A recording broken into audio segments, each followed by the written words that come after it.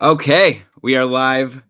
Hello, everybody. We are live for, I think, maybe our second last ever YouTube show using this software because I see a big pop up here saying Hangouts on Air is going away on August 1st. So definitely you'll have to, we'll figure something out. No, we're going to keep the live shows going. Anyways, thank you for joining us live.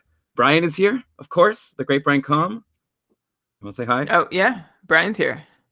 Hi. So yeah, this is the little pre-show banter. You guys get to, even though you missed the pre-show banter, that's for like the $75+ patrons. They get like the chats before we actually go live, and so you got to hear Brian and I discuss why Brian doesn't use capital letters in tweets and messages. I thought it was interesting, but I don't know. It's just a cool style he's adopted. Is the best I can understand. Don't you know Emily Dickinson? No, I don't know what you're referring to. No, please. Isn't she? Oh, maybe I've got the wrong poet. There's a poet who was famous for not. Oh, was it E. E. Cummings? Okay. Who stylized all their poems without capital letters. I think it was E. E. Cummings. So that he's your inspiration, if it's him. Yeah. If E. Cummings tweeted today, it would look a lot like mine.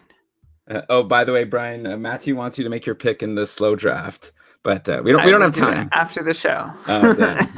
Maybe if there's like some technical glitch at some point, that's what we could hope for, and then Brian could go make his pick. Hoping for a technical glitch. Yeah, why not? Okay, guess where Dina is tonight? She's at a show. I won't make it too.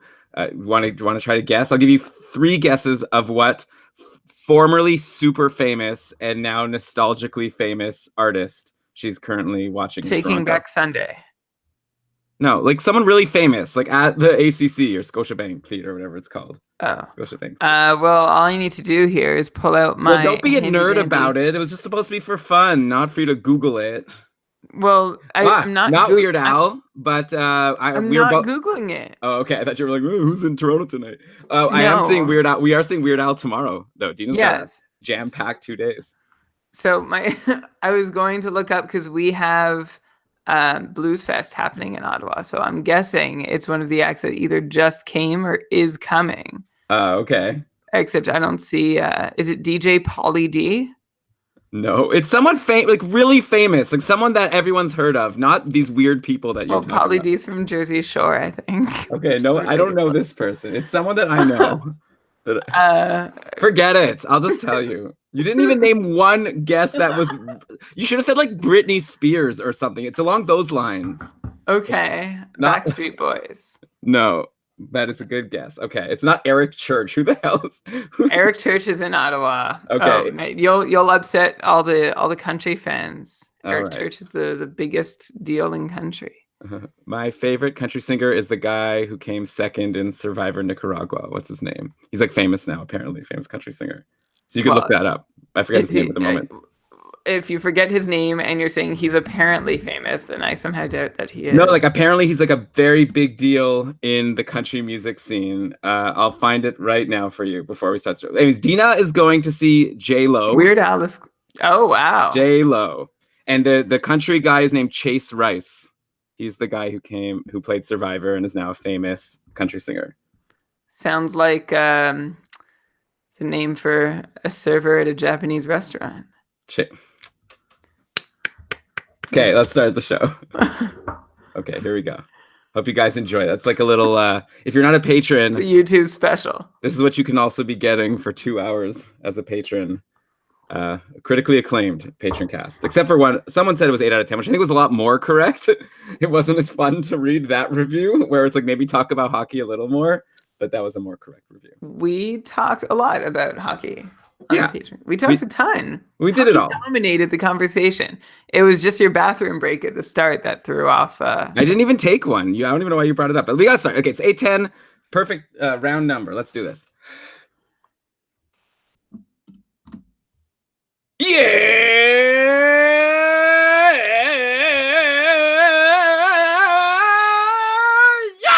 Welcome everybody to another episode of the Keeping Karlsson Fantasy Hockey Podcast, the best fantasy hockey podcast in the world, hosted by two guys who own Eric Karlsson in their keeper pools. I am your host, Elon Dubrovsky, and with me, as always, to break down all the exciting UFA action from last weekend, it is the player projection pundit. It is the ad drop ace. It is the IPP MVP, your friend and mine, Brian Com. Hello, friends and friend. It's so nice to be with you to talk about all these people who have changed jerseys, changed hometowns, depending on your definition of the word hometown.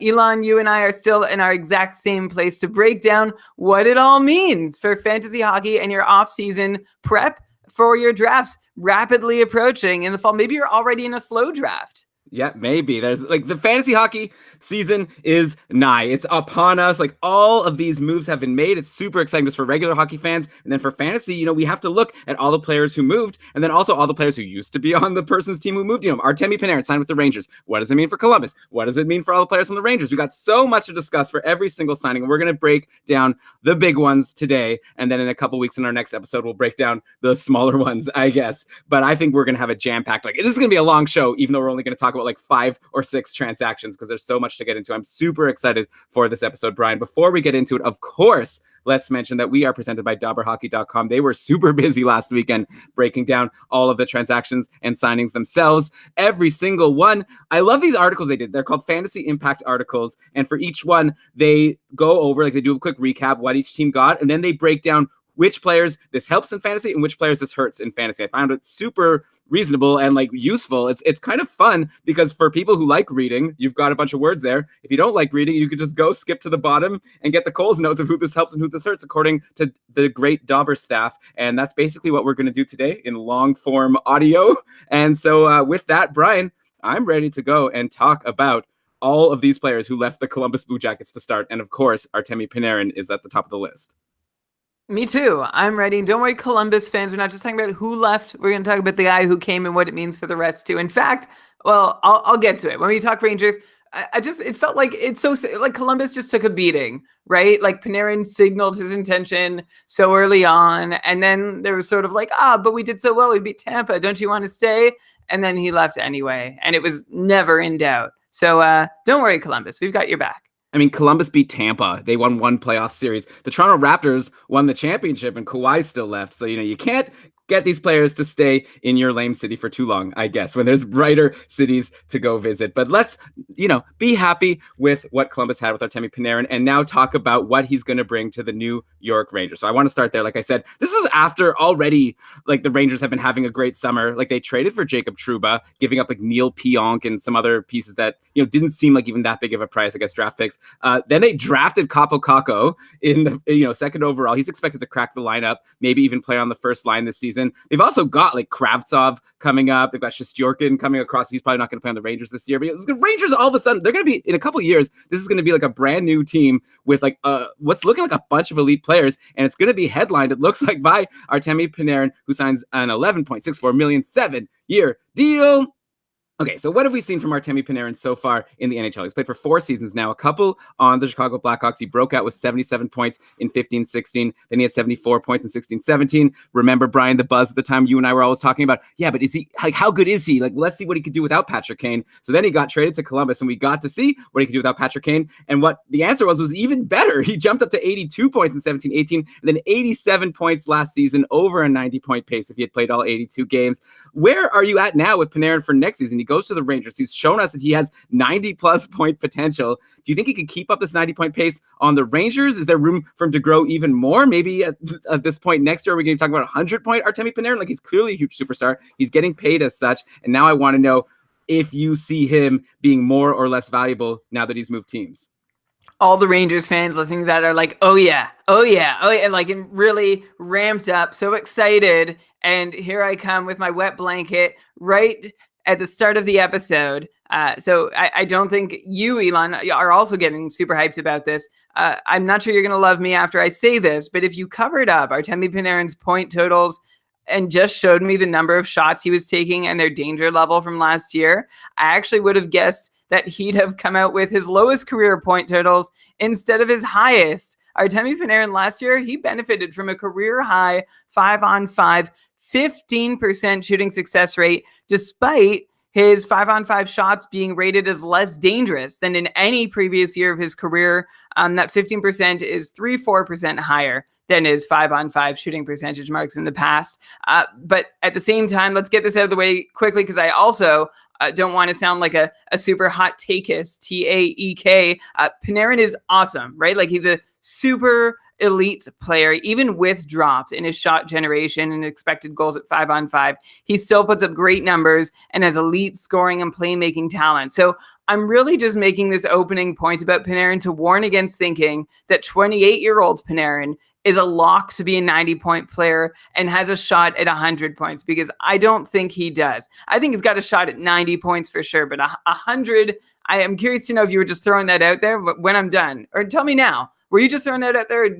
Like, is there a piece of you that really thinks he can do it? I mean, I'm looking at it as a dummy who's not even looking at the 5-on-5 on ice shooting percentage, because I'm a big dumb. And by the way, for those of you listening that don't know all these advanced stats, when Brian says 5-on-5 shooting percentage, I think, are you referring to just his shooting percentage or the shooting percentage of all the players when they took shots while he was on the ice? That's his own. If it's everyone else's, I'll say on ice. Okay, well, in that case, like, Cam Atkinson scored 40 goals, so maybe he decided to just not, I don't know, like, maybe he just played differently, playing with a big goal scorer. And the thing on the Rangers is it looks like they're going to have a lot of exciting players for him to play with, right? He's going to be centered by Mika Zibanejad. He's going to have maybe Kaapo Kakko on the other wing. So yeah. I don't know. I'm not saying like I'm betting on him like 50-50 shot at him getting 100 points, but he's been going up every single season, and he's only 28 years old. So I feel like he could keep doing it if he's playing with great line mates, which it looks like he will be. So 100 points still isn't out of the realm of possibility. I'm more comfortable at 90, but I'm actually most comfortable calling him a point per game player. And the reason for that is actually I was ready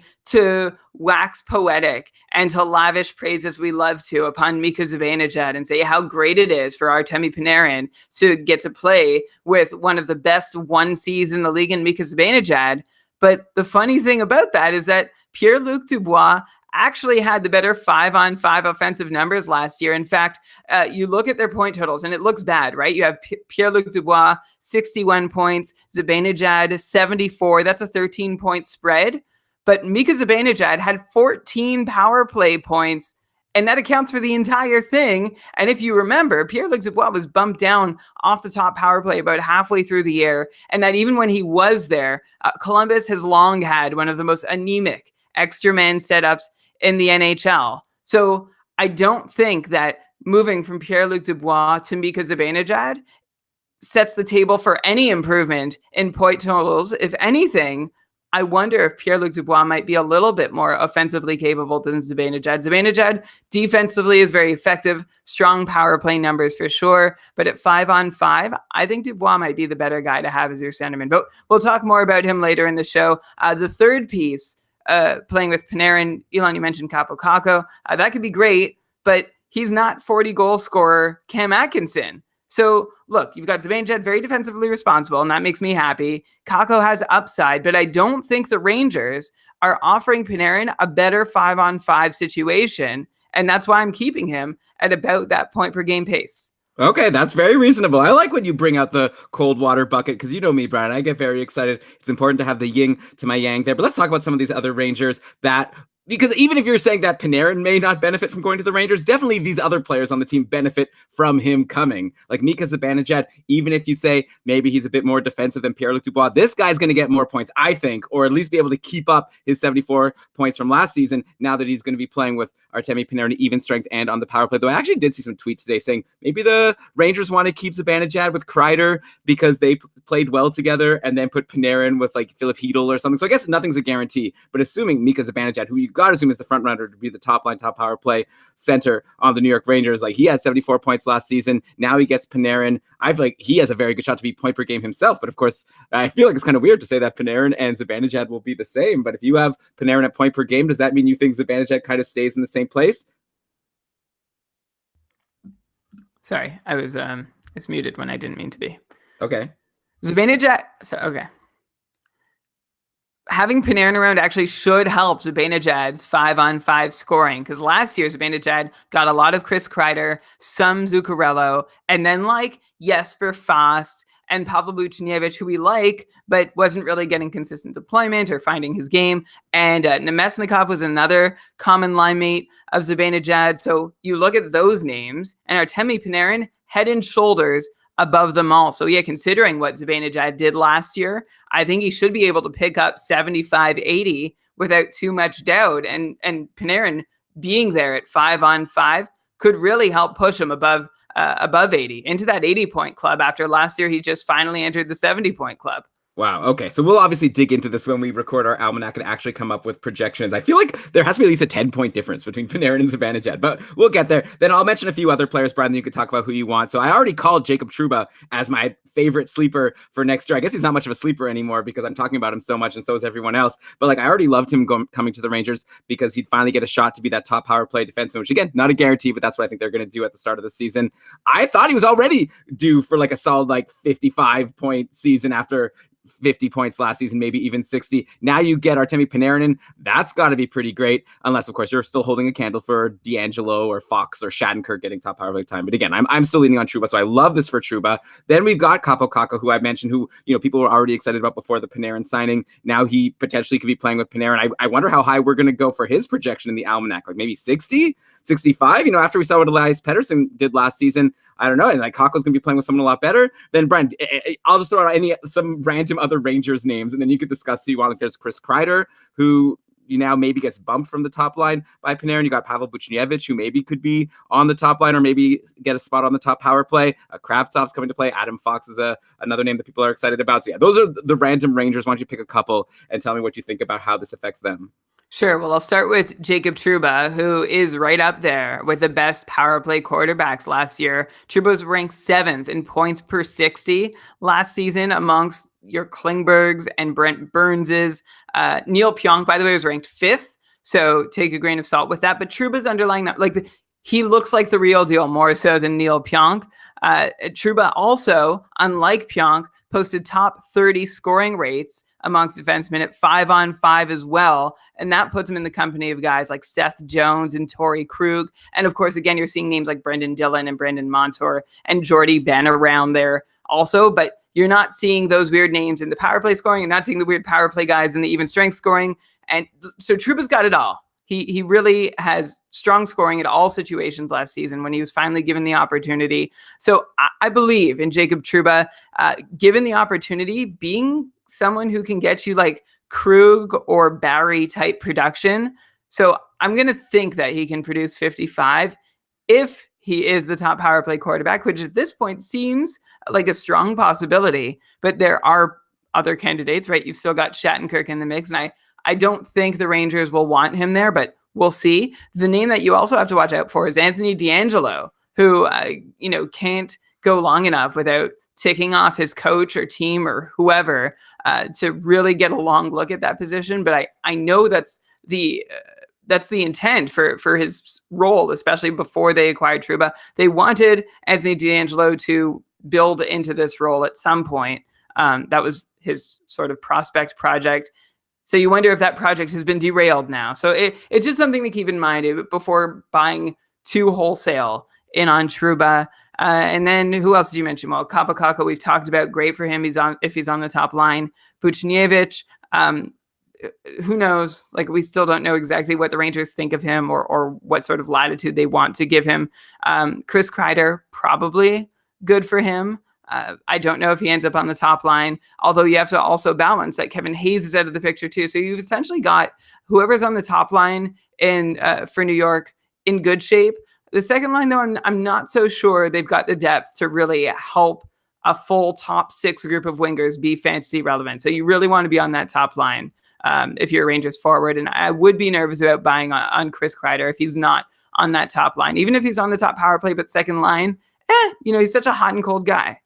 Yeah, I guess you've got Philip Hedl, you've got Kravtsov, like you've got some players coming up that could potentially, I know Hedl could play center, though he was playing wing a lot last season. So obviously a lot of question marks. This team's supposed to be rebuilding, but like, I'll be honest, Brian, as soon as I saw that Panarin was signing, I searched on Google, like, where can I bet on the Rangers to win the cup? I found some random site where the odds were 66-1 on the Rangers to win the cup. I put down $10. So if I win, I'm going to get like I don't know. Someone do the math for me, but I think it was over $1,000 anyways.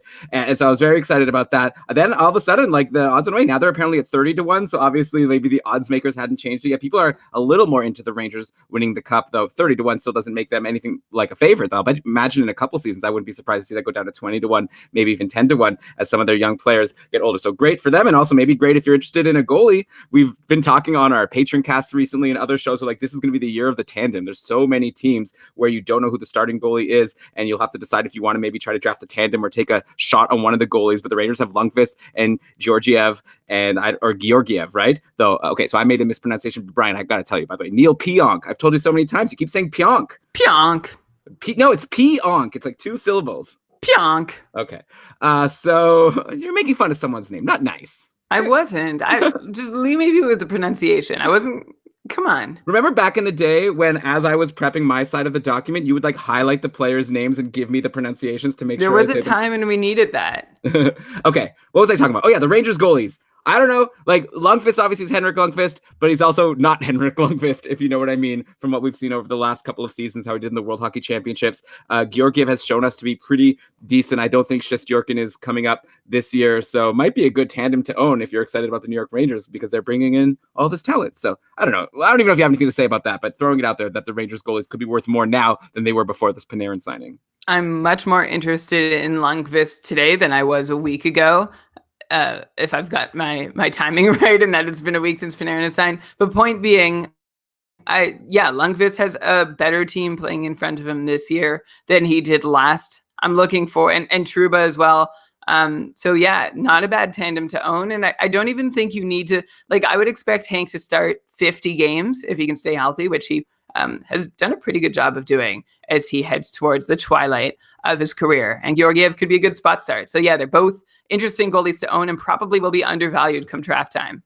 Okay, so I guess that's it for our Rangers talk. We'll talk about the Columbus Blue Jackets once we talk about all the other players that they've lost, and then we'll look at the impact on their team. Mason is pointing out in the chat room that probably I should be better at math, and 66-1 times $10. Yeah, that makes sense that it would be 660. I think then I put down a little more because I think maybe it was like $15. I don't remember. Also, our MCF is pointing out that Trouba benefited from Buff and Morrissey injuries, so maybe he had inflated numbers. But I guess the thing is he benefited from it by getting that spot that now we're seeing him landing potentially on the Rangers. So that's why I think he could maybe do what he did on Winnipeg, or maybe better. Though maybe I should just be happy to see him get 50 points before I start going even higher than that.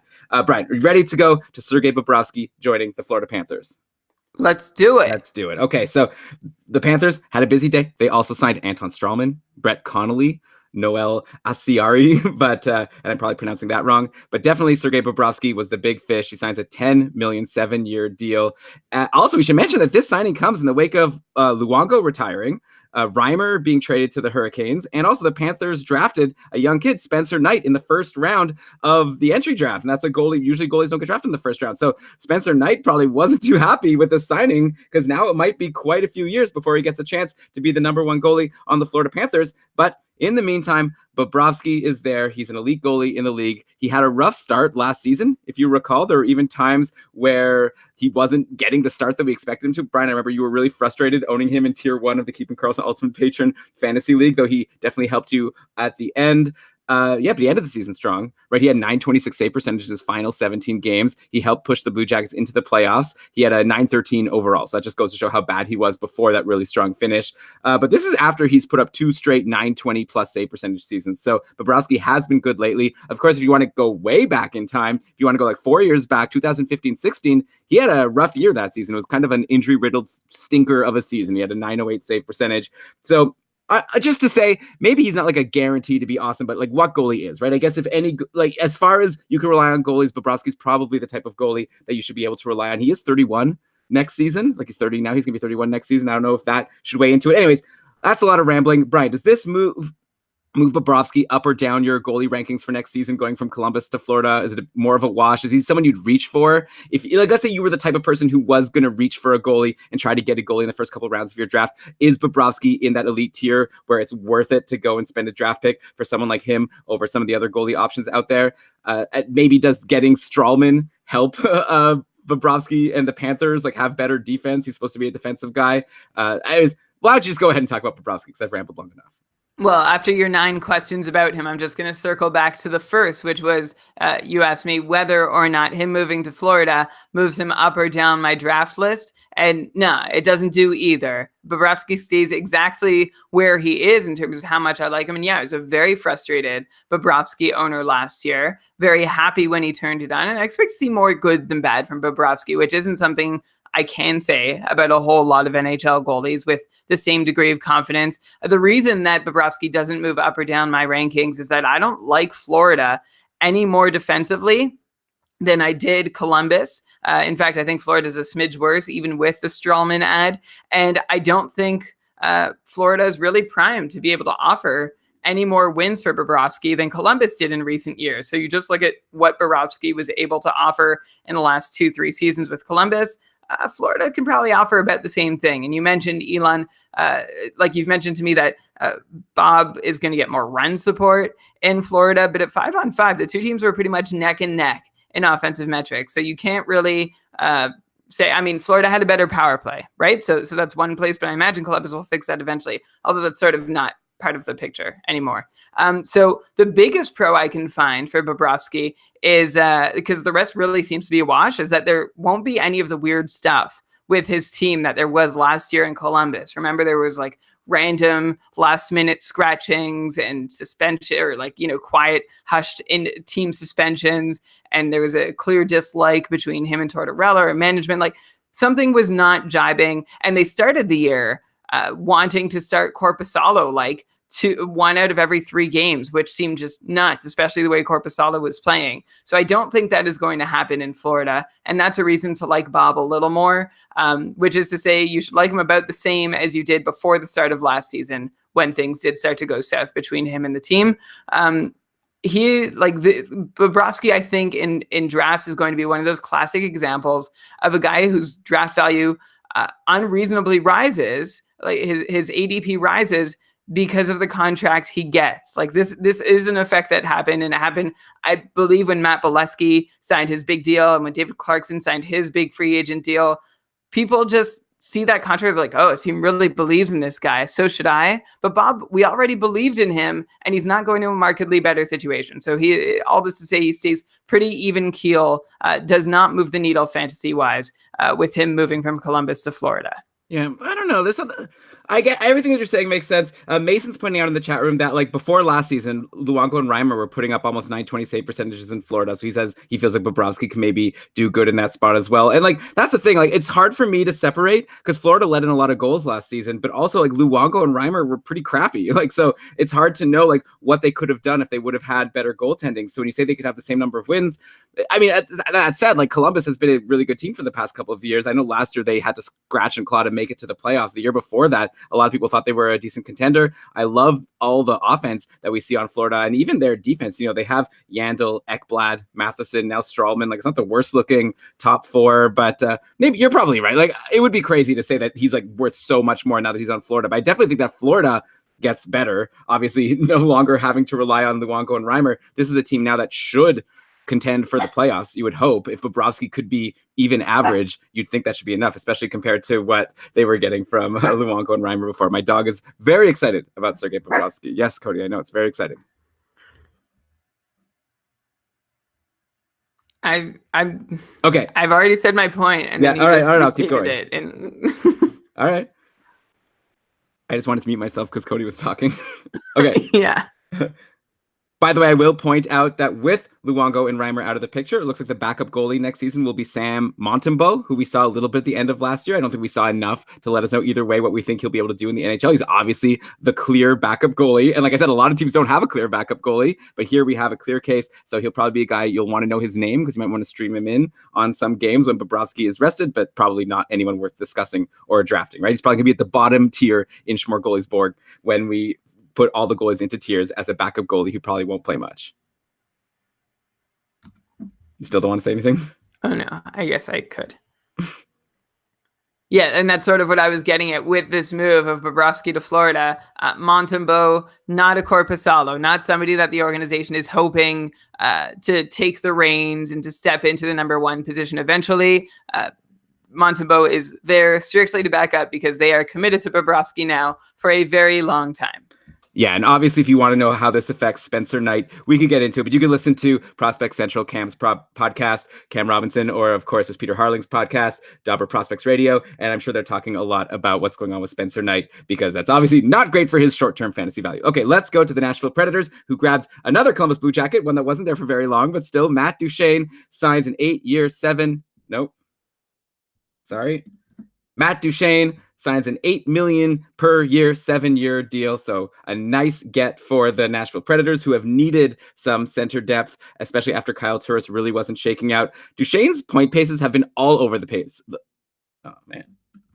Duchene's point paces have been all over the place the last few seasons. Like, it's really hard for me to try to come up with a projection for him next year. Like, just look at him. Last season, he ended up with 79 points, which was amazing. The year before, he had 59 points with Colorado and Ottawa. Last season, he was with Ottawa and Columbus. Then he had 44 the year before in Colorado. He had 64 the year before that. He had 55 the year before that, and he had 81 in 2013-14. So if I were to sort these numbers, we're looking at an 81, 79, 64, 59, 55, and 44 in like his last 6 seasons. So he's run the gambit of being not even fantasy relevant at all and basically being a superstar. And it gets even more complicated. Even if you say, like, forget about the past, let's just look at like last season, where he had this like really weird season. He had 58 points in 50 games with the Sens, was like one of the top players in the league basically, and then only 12 points in 23 games once he got to Columbus. So like, Brian, how the heck are we supposed to project this guy for next season on yet another new team? I'll be honest, like, I could see you projecting 60 and I could see you projecting 80, and like neither would surprise me. So I'm very curious to see where you're going to land with Matt Duchene on the Nashville Predators. You're muted.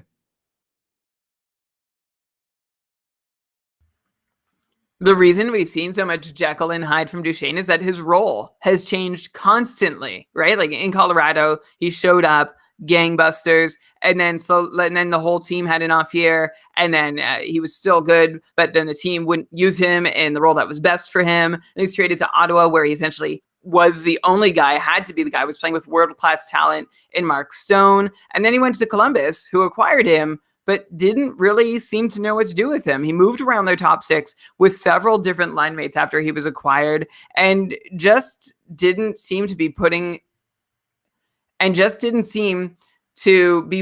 position to succeed by the Blue Jackets when you look at what he did in Columbus versus what he was able to do in Ottawa.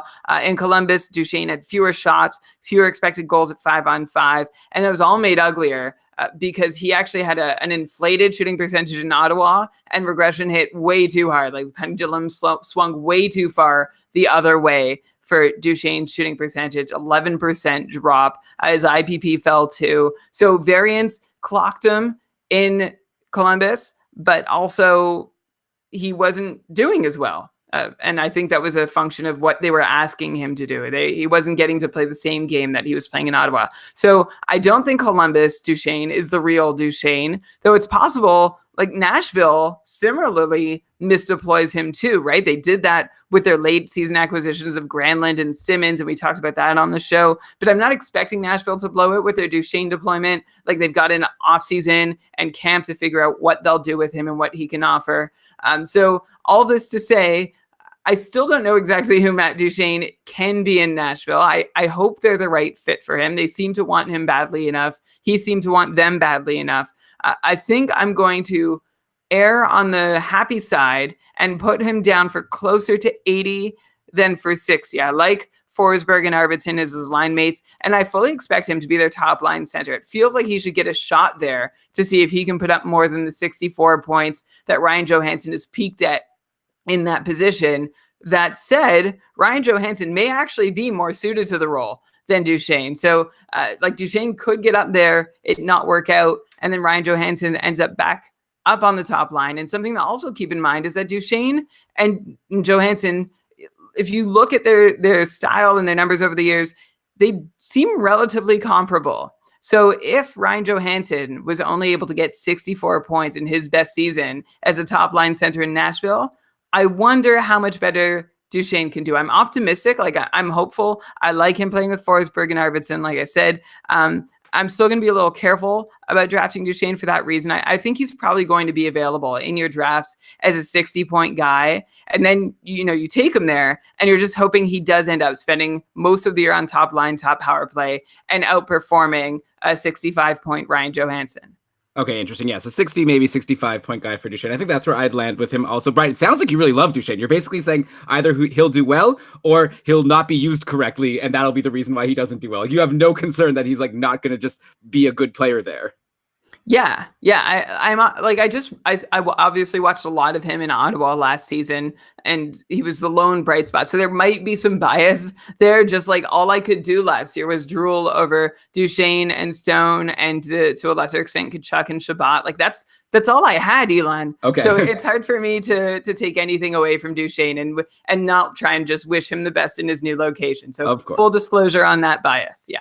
Yeah, so let's talk about this line one thing that you were discussing. I want to maybe think outside the box here. This to me looks like it could be like a Vegas Golden Knights situation, right? Like they have William Karlsson centering what we've been calling the top line with Marchessault and with Riley Smith. But then, Paul Stastny came in, and then he played with Pacioretty and Alex Tuch, and now they even have Mark Stone. So it's like, which even is the top line? And there is like Mikael Granlund is there in Nashville. I feel like going into last season, at least, we would have talked about Granlund as just as good a line mate as Philip Forsberg, right? Or like not in completely different leagues. So I wonder if like maybe it doesn't even matter so much, like whether, Duchesne plays with Forsberg and Arvidsson, or if he plays with Granlund and I don't know, like Tolvanen, or the second option, then maybe like Craig Smith, like maybe that is a downgrade, like, but it might get flipped around in a way where it doesn't really matter. Like they might have two even lines as their top two lines, and then as long as he's on the top power play, which I'm sure he will be, maybe it doesn't even matter so much like who plays with Forsberg, assuming Mikael Granlund is that superstar that he showed us he was in Minnesota. Maybe he's not. So maybe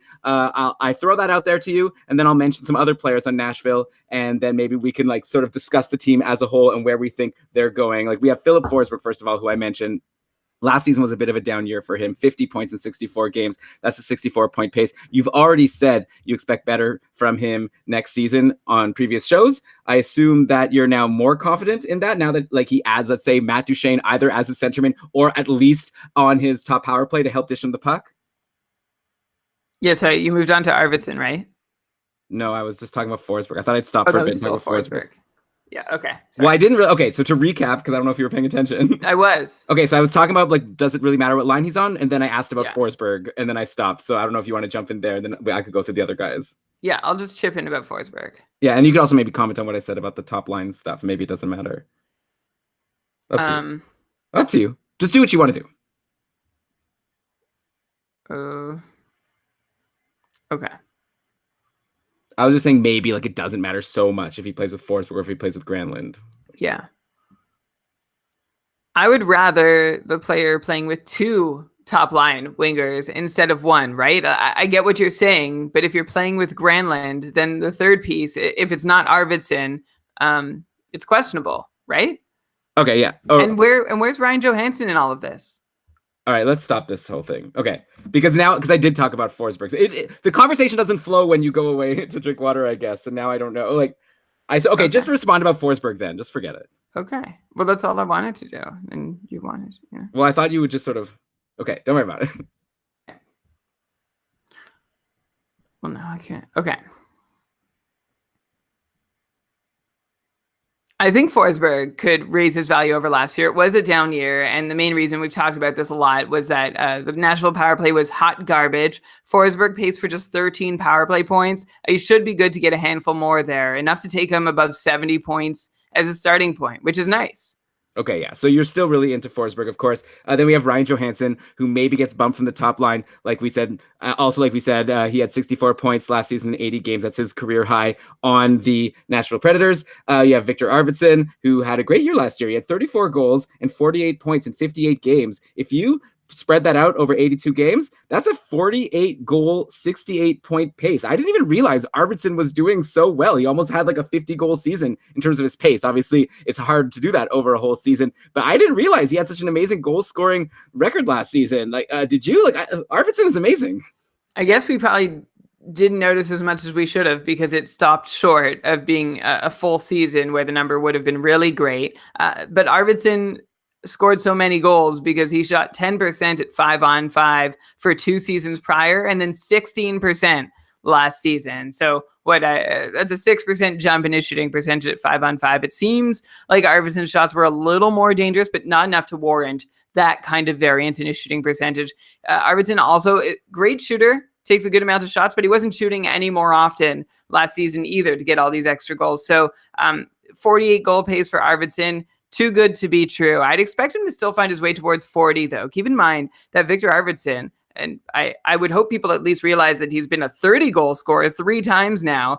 And while scoring 30 goals, he has never had more than 4 of them come on the power play. So give him the 30 he's always been able to get, plus a hopeful 10 more or so on the power play that actually hopefully works this season, and that'll wash out any sort of shooting percentage regression that Arvidsson is going to face next season. I really could talk myself into calling him a 45-goal guy. I'm not quite there yet, but I am very excited about his goal scoring ability. Just that he's done so much with so little coming on the power play. That's generally not how these goal scorers, 30 goal guys even, let alone 35, 40, 45 goal guys, they don't rack up all these goals at even strength, right? They're just cashing in on the power play, and Arvidsson has not even had the chance to do that yet. In fact, he's actually been better shorthanded. He has 13 shorthanded points in his last 3 seasons. I was pacing for a couple more than that if he hadn't been injured this year. So he's a really good guy with some extra value in leagues that count shorthanded points too. Yeah, it's wild. I guess it's like similar to Jake Gensel, right? Who wasn't on the top power play and still scored 40 goals last year. I guess he got on the top power play a bit, but so did Arvidsson. Yeah, I feel like people don't consider Arvidsson and Gensel in the same league fantasy-wise, but maybe they should. I'm going to add Timo Meier to that mix too, right? We talked about him all season, not getting a huge power play 1 opportunity, but still just putting up goals and points all season. Yeah, and we don't have the Sharks scheduled for today, but definitely on the next episode when we talk about Joe Pavelski leaving, that opens up a nice, juicy spot for Timo Meier to jump on that San Jose top power play. So I expect him to really benefit from what happened in UFA last week. But still on Nashville, I guess the big question now, like speaking of the power play, so Mikael Granlund, 49 points in 63 games with Minnesota last year, and then only 5 points in 16 games with Nashville. So just like Duchesne actually had a lot of trouble integrating with his new team, wasn't producing with his new team. Now, with Duchesne coming in, there's only room for 4 forwards on this power play, and we assume Forsberg, Arvidsson, Duchesne, then there's Johansson, Granlund. That's 5 names. Someone's going to be the odd man out. My gut tells me it's going to be Granlund, right? Oh, and of course, Roman Josi will be there as the defenseman on the power play, who, by the way, I already said before that I love what happened for him during the offseason with PK Subban leaving. So now Roman Josi's the for sure top power play defenseman. I don't know who the 4 forwards are going to be, though. And yeah, so I guess in general, maybe you could answer my question about whether it's that big a deal for Duchesne playing with Granlund versus playing with like Forsberg. And then also, what do you think is going to happen in general on this power play? What does this all mean for a guy like Mikael Granlund, who is another big mystery going into next season for me? It's a very sensitive time for the Nashville power play. So I would expect them to just figure out their best 5 personnel, but my hunch is also that Granlund gets left off the top unit. But if things don't start clicking within, I don't know, a week, 2 weeks, 3 weeks, I would expect to see shifts. I see Nashville ready to play around. I remember last year that Peter Laviolette got to a point where he was sending out his second unit to begin power plays, to take that offensive face off, to begin the power play. That's how frustrated he was. I could see a similar lack of patience following through to this season if they can't figure out what's going wrong quickly. And then, do you want to say anything about him playing with Granlund versus Forsberg? Who's him? Duchesne, the thing that I said, like, no. You don't even want to say anything about that. And you don't want to say anything about Granlund and how you think he'll do next season? Okay. Because I ended what I said with, like, I feel like it's a big mystery, like, what Granlund's going to do. Okay. Okay, so I said he'd be off the power play, but if they don't, they might change it quick. Anyway, so back to Granlund, that means he might, take turns on and off the top power play, but I think that's his best case scenario, which does limit his point scoring potential. We know that he is capable of being, a 65, 70 point guy if he is the guy, but I don't see that being the case in Nashville. So I'll have him around 55, maybe 60 points come draft day. Yeah, so it looks like Duchesne coming in, not great for Ryan Johansson potentially, not great for Mikael Granlund potentially. So yeah, not all roses for Nashville though. Hey, if they could make a playoff run, that would be great. And they now kind of remind me of like the Washington Capitals from a couple of years ago, right? Like we had expected them to be a cup contender for so long. Finally, sort of the spotlight was off them a little bit, and then maybe now's the perfect time for them to go on a run. We'll have to wait and see what happens. Obviously, we'll have to see how the goaltending shakes out. Okay, so now I guess we can go to the Columbus Blue Jackets, who Brian, have had a lot of turnover. They've lost these three players we've discussed in Panarin, Duchesne, and Bobrovsky. They did do something, though. Hey, they signed Gustav Nyquist. So that's something, right? 4-year, $5.5 million per year deal. He had 60 points last season on Detroit and San Jose. Of course, a lot of people would say that Nyquist really benefited from playing with Dylan Larkin, and maybe he's not like really a 65, 70 point guy like he was looking in Detroit. Obviously in San Jose, he floundered a little bit. I wouldn't say he floundered. Also, like who knew, like just like these guys we've been talking about, Granlund and Duchesne switching teams, you know, it was maybe hard to find a footing of where exactly he belonged. Now he's locked in on the Columbus Blue Jackets. And now that he's there, and now that these other players are gone, it's going to be really fun to try to figure out who are the guys who are fantasy relevant and who are the guys who are valuable. What's the top six going to look like over in Columbus? So how about I just go through a bunch of names, and then afterwards you can talk about who you want, kind of like we did before with the New York Rangers. So obviously we've got Pierre-Luc Dubois. He will go back to being the top line center now that Duchesne is out of the picture. So that was probably good for Dubois that Duchesne is gone. Not great for him that he loses Artemi Panarin, though. Like Dubois was having an amazing season. He had 53 points in his first 61 games before basically becoming fantasy irrelevant once Duchesne arrived and he wasn't playing with Panarin or Atkinson. He only had 8 points in his final 21 games. It's terrible. So now you'd imagine Dubois gets back with Atkinson, doesn't play with Panarin, and now we have to figure out who that other line mate will be. And I guess we'll try to speculate a little bit in the future. But in general, maybe we should just talk about the players one at a time. Like I am curious to get your sense on Pierre-Luc Dubois. Like, do you see him building on his sophomore season? Like he had 61 points, which is still a good year. Like, is that what you think we should expect for him next year? Or do you think he still has a lot of room to grow now that he's going to be like the guy on the team? Kind of like Matt Barzal last year. Kind of reminds me of that when Tavares left. And it didn't work out like so great for Barzal, but you know, it's still a guy that we really like, even if he's not playing with the elite line mates that he had in the past. Well, with Panarin leaving the team, he's taking some goals with him for sure, and that will affect Pierre-Luc Dubois. But Pierre-Luc Dubois is a very good hockey player. A good player, had some bad runs last year that were really painful for his owners. Also had some bad deployment fortunes as well. But now Pierre-Luc Dubois most evidently has the misfortune of losing his 80 to 90 point side piece in Artemi Panarin. So that will affect him on an individual level, though, like just sort of zeroing in on Pierre-Luc Dubois. I think he's primed to build on last season. It's just going to be his third year in the NHL, and he's still only 21 years old. Plenty of room to grow and develop still. And I hope that's going to wash out a chunk of what Dubois loses with Panarin out of the picture. And I hope that most of the rest of what he loses is washed out by an improved power play role. Dubois had just 9 power play points last season after being bumped from the top unit about halfway through the year. So I think he's going to get to 60. With the right line mates, Pierre-Luc Dubois could be a 70-plus point player. Like, I think he's in Mika Zibanejad territory. And I look at Zibanejad's line mates last year. We talked about it being mostly oh my gosh, I'm blanking. Kreider, Buchnevich. Yeah, and Zuccarello. Zuccarello. And think that Pierre-Luc Dubois sort of has comparable guys flanking him this year. So maybe he can put a 74-point season together if the Columbus power play bounces back with Pierre-Luc Dubois being a key cog in it. Yeah, I guess that power play is going to be the big question mark with a lot of this Columbus talk.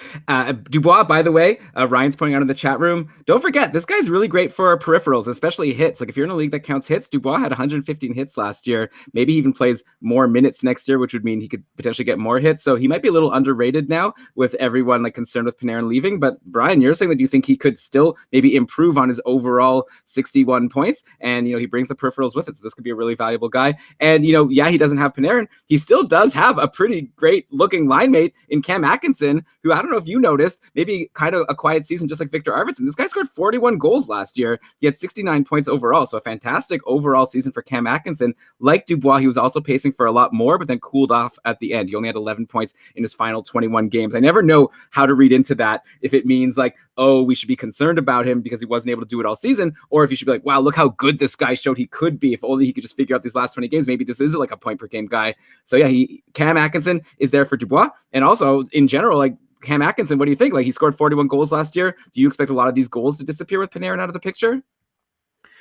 I don't know that I do, and the reason I'm hesitant to just take a bunch away is that Cam Atkinson was a 35 goal scorer before Artemi Panarin ever played for the Blue Jackets. Now, sure, Cam Atkinson in that season where he scored 35 goals, he scored 10 times on barely 40 shots with the man advantage, and that helps his overall shooting percentage. But at the same time, Cam Atkinson has significantly increased his power play shot rate since then. So even if his shooting percentage hasn't stayed as high as it was that year, he's putting on more shots on net to compensate that. So I am not getting too down on Cam Atkinson. 40 goals, 70 points, going to be hard for him to repeat, but I think Atkinson should be good to get back to at least 35 goals, 65 point territory. Like I'm not all doom and gloom about the Columbus Blue Jackets. I still think Dubois and Atkinson, people are just going to be like, oh, they lost Panarin. And we talked last year about how much worse they looked when Panarin wasn't playing with them. And it's true, Panarin made them better, but they don't become nobodies. They still keep a solid chunk of relevance going into next season, especially, and going back to Dubois again, especially Dubois, he's growing. It's only his third season in the league. Atkinson, by the way, because it took him forever to break out, so easy to forget that he's already 30 years old.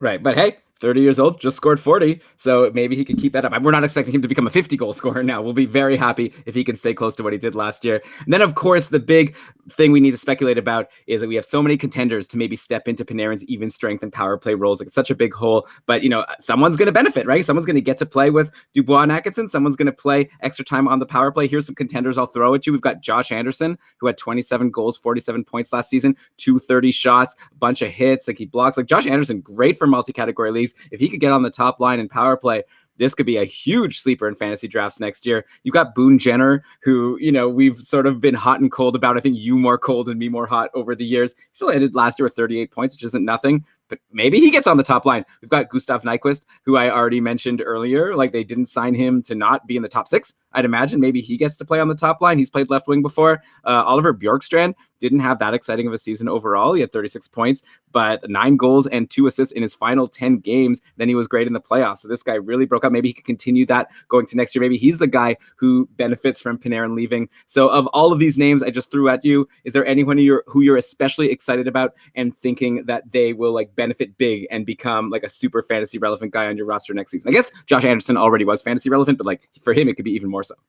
There's a name you dropped at the start of all this Columbus talk, and I didn't get a chance to talk about him yet, so I'm going to lump him into this conversation too, and that's Gustav Nyquist.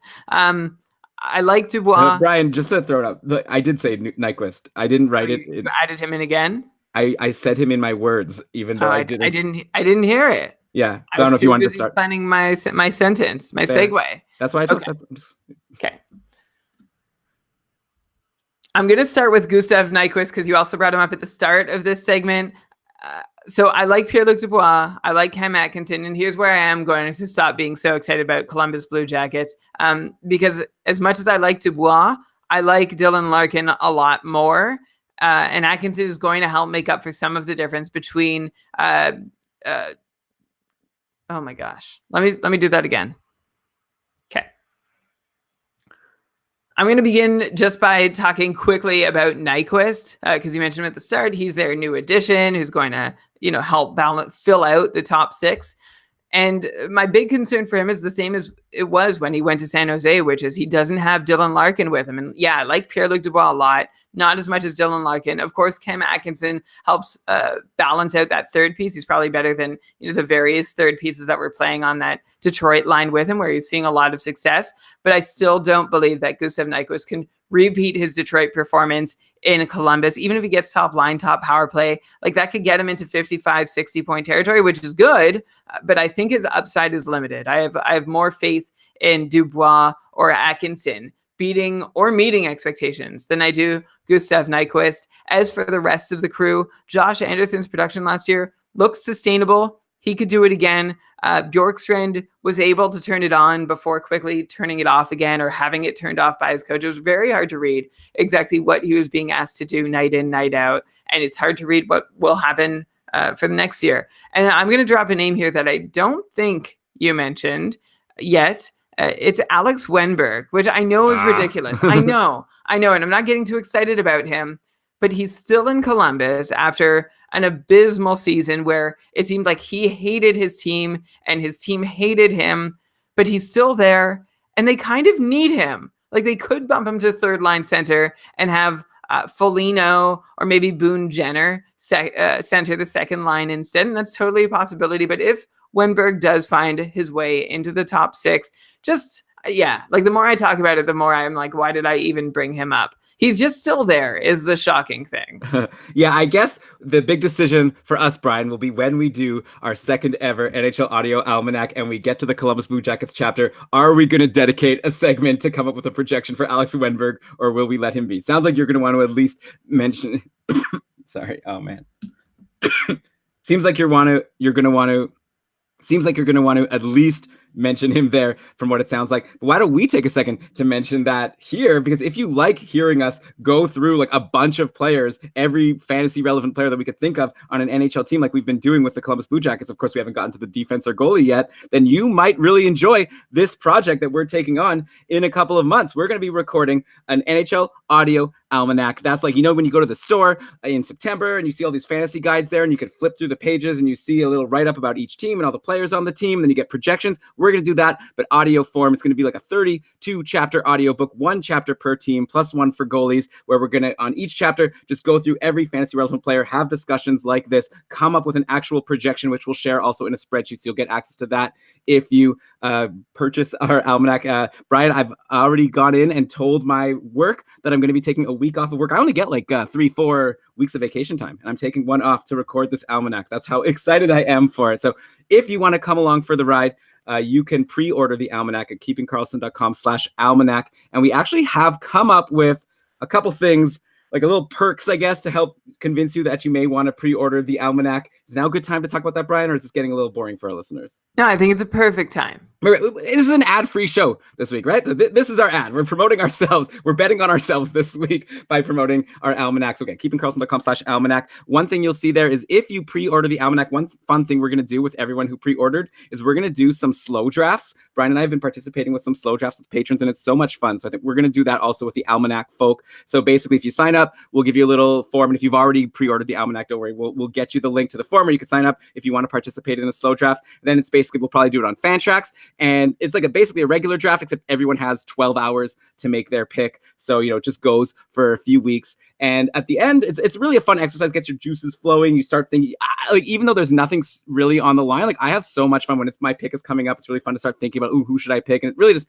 gets you in that drafting mood. Plus, Brian, this will be great content for us for the almanac itself, because then we'll be, if we're talking about Josh Anderson versus Oliver Bjorkstrand, we'll be able to reference, in the slow drafts, actually, Josh Anderson was consistently getting drafted ahead of Oliver Bjorkstrand. So what does that tell you about his, we'll be able to put in some early research into what ADPs might be come actual drafts. So I think it's going to be a lot of fun. So that's a little pre-order perk. The other big perk, though, is you make Brian and I feel good that we're actually recording this for people who want it and are going to listen to it. Plus, we might raise the price later. Right now, we're charging $20, or you get a 10% discount if you're a patron. And okay, that's enough that I can say about that. I'll tell you another thing about the almanac at the end of the episode. How about that? I'll leave one extra thing for the end. But yeah, how about we continue to talk about the Columbus goalies? Because that's one last thing I wanted to talk about on this team, because Sergei Bobrovsky, of course, went to the Florida Panthers. Okay. Was that good? I could redo something. Great. Okay. Sorry, Brian. I feel like you're annoyed at me a little bit. I'm not. Because of the Nashville thing? Because I asked too many questions in weird orders? No, I'm good. It was my fault. Okay. All right. Okay. With Sergei Bobrovsky heading to the Florida Panthers. So in nets, now it looks like we're going to have Joonas Korpisalo and Elvis Merzlikins they look like they're going to be the tandem in line to be playing for the Blue Jackets next season. So let's look at these two guys. So first we have Korpisalo. He was great in his rookie season, 2015-16. That same season I mentioned earlier where Bobrovsky struggled, that was a great year for Korpisalo. He put up a .920 save percentage in 31 games. But since then, he hasn't been good. He's been a .905 or less save percentage goalie in the 3 seasons since. .897 save percentage in 27 games last season. So just like, let's just say it was terrible. He wasn't good at all. Then you have this guy, Elvis Merzlikins, who is the same age as Korpisalo. It's not as if you have one guy who is like a kid and another guy who's a veteran. No, they're like two 25-year-olds. And Elvis Merzlikins has been playing in the Swiss League on a team called Lugano, and he put up really strong numbers last season. He had a .921 save percentage. Actually, in each of his last 2 seasons, he's had a .921 save percentage. So he's been good in that league for whatever that's worth. So I kind of feel like I'd rather bet on Elvis with the way Korpisalo has looked lately. Like, why not if I'm picking a guy in the draft? Yeah, Korpisalo is the one who's been there, but he's also shown that he might not be able to handle it. So Brian, what do you think? Like, how would you rank this tandem, and like in terms of each other, like who you like better between Korpisalo and Merzlikins? And also, let's say if we wanted to compare them to the Rangers pair, who we talked about earlier, like how would you compare the Columbus tandem to the Rangers tandem if you had to just pick a team's goalies? Okay. So Merzlikins, you mentioned his .921 save percentage for Lugano of the Swiss League. Good for him. That's great. Contextually, that's a save percentage that puts him still in the top 5 in the league. So good, but not head and shoulders above the other top goalies.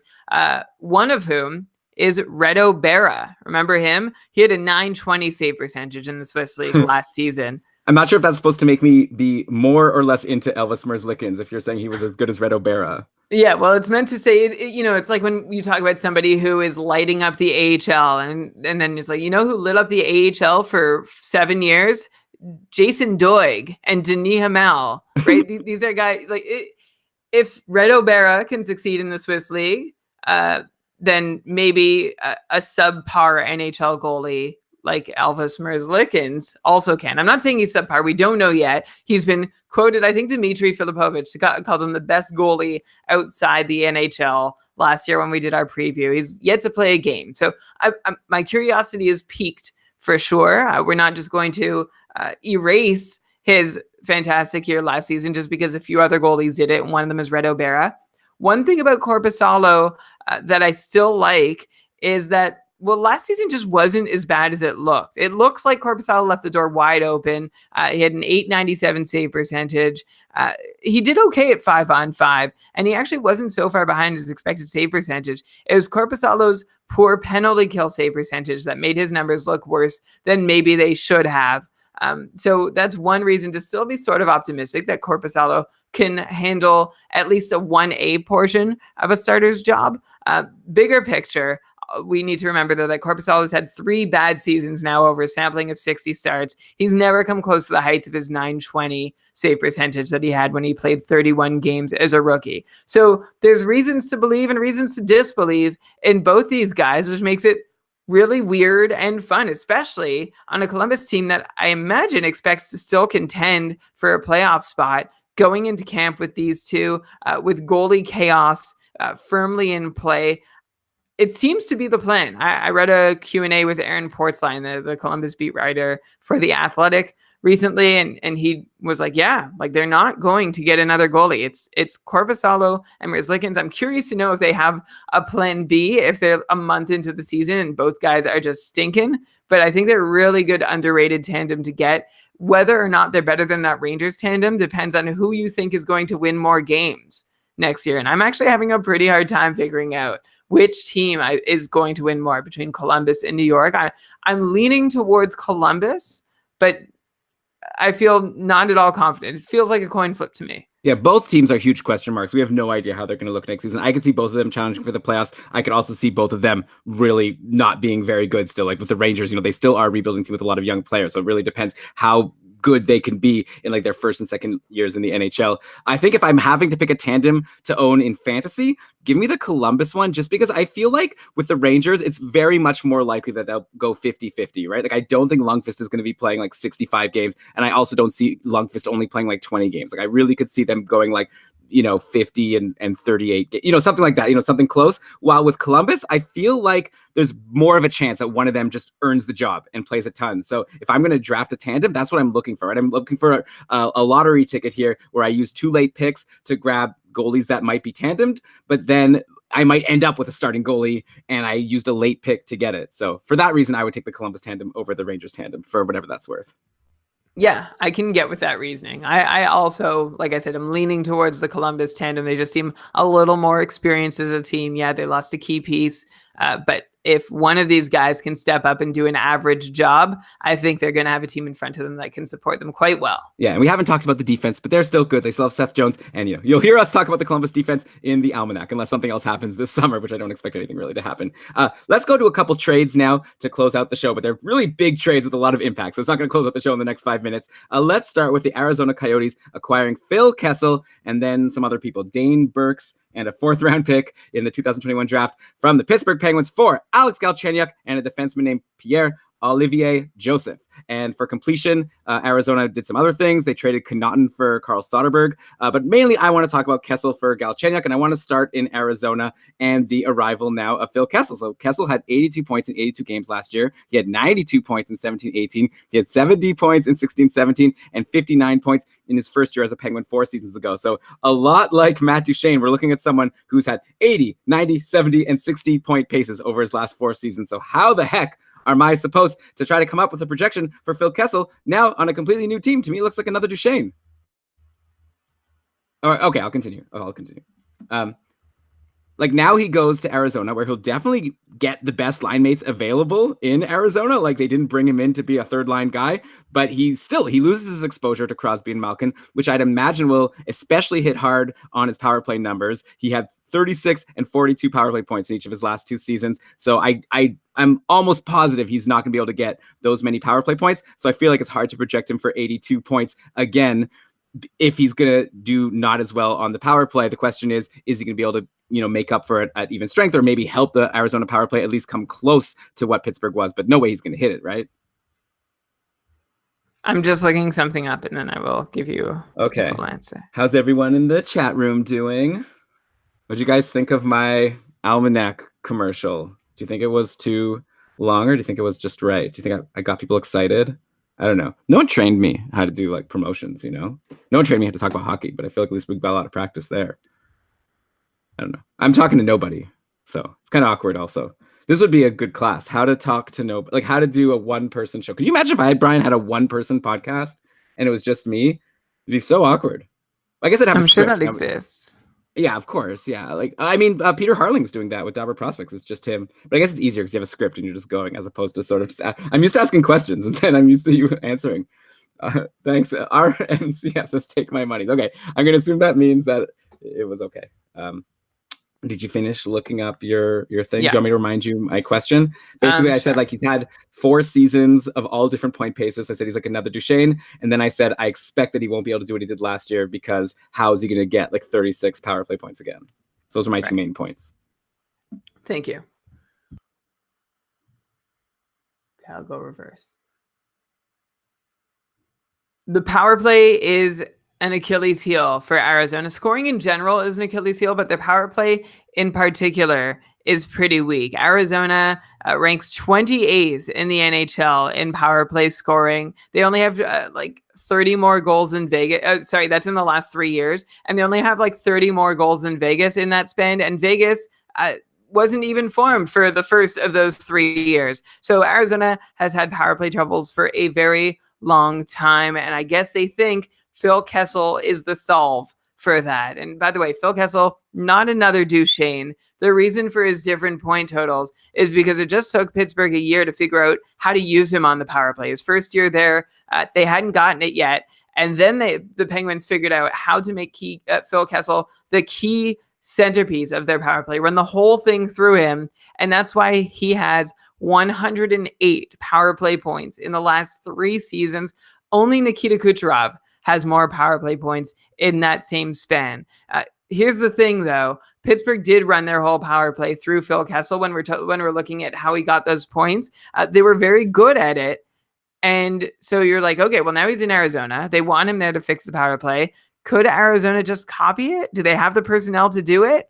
I don't think so, right? They don't have a Crosby. They don't have a Malkin. And it's a different version of the same question at 5-on-5 for what Phil Kessel is going to be capable of. Like Kessel himself, he's a star in his own right, but I definitely have questions about the supporting cast in Arizona, as well as the team style of play. Look at Arizona's DNA as a franchise. It's been forever since they've had a really capable scoring player. Clayton Keller, the only player since 2011, 2012 to score more than I'm just looking down the list here. I thought it'd be like really easy, but I need to look even further down the list. Since 27, oh my gosh, sorry. Clayton Keller is the only Coyote to have scored more than 56 points since 2011, 2012. And that was as a rookie. He had 65 points. If you look at the last 10 seasons, there have only been 5 instances of an Arizona Coyote scoring 60 points or more. And you look back at franchise, and that was Ray Whitney, Shane Doan, Radim Verbata. And then look earlier in franchise history, you had guys like Keith Tkachuk and Jeremy Roenick doing big things. That's just when they had first moved from Winnipeg. All this to say, there needs to be a shift in Arizona's entire philosophy, right? Now, maybe they're saying, okay, we have Phil Kessel. We can shift our playing style a little bit. But Phil Kessel has been at least a 70-point player in 6 of his last 8 seasons. Like, he's been consistent, but this is a massive change in scenery. Plus, Kessel's entering his age 32 season. So what do we make of that? I'm going to give Phil 70.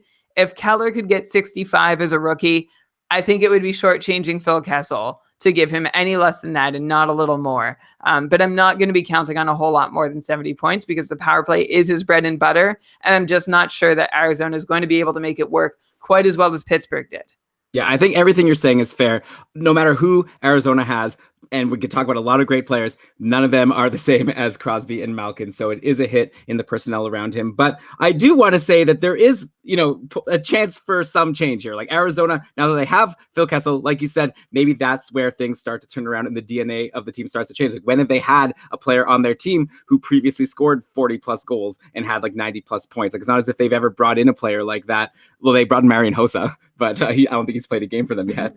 And Alex Galchenyuk, who was supposed to break out there. Yeah, well, we'll get to him in a little bit. But let's talk. You mentioned Clayton Keller, who had a great rookie season, but then he disappointed us last season. He only had 47 points after that 65-point rookie season. I mentioned on our Patreon cast that we did last week that, to me, his career progression reminds me of Jake Gensel. Second Jake Gensel mentioned on the podcast. Like, Gensel had that great rookie season, and then he kind of disappointed us in the second season. Maybe his line mates were changing a little bit, and then he last year had that huge breakout. Now it's going to be Clayton Keller's third season, and now he's going to be locked in with Kessel. We were talking about Zibanejad. It's a different position, but now being locked in with Panarin, I'd hope that Clayton Keller and Phil Kessel are making beautiful music together at even strength and on the power play, and this could be really great for Clayton Keller to maybe even surpass his 65-point rookie season, which would also, if Clayton Keller's as good as people said he was going into last year, then that's also great for Phil Kessel. You have a yin and yang situation, a lot like Crosby and Gensel. But I promise, no more Penguins talk until like 2 minutes later when we talk about Alex Galchenyuk going to the Penguins. Also, who's going to be the center, right? Playing with Kessel and Clayton Keller? Well, I guess the obvious answer that a lot of people would say would be Derek Stepan, but another name that people might have forgotten is they have this guy, Nick Schmaltz, who came from Chicago partway through the season. He got injured. He only played 17 games before getting hurt, but he put up 14 points in that span. He was playing mostly with Keller and Galchenyuk, so now it's going to be with Keller and Kessel potentially, and that could be like a really fun line. Also, by the way, Clayton Keller's best quarter of the season was that December-January stretch. He put up 18 points in 23 games.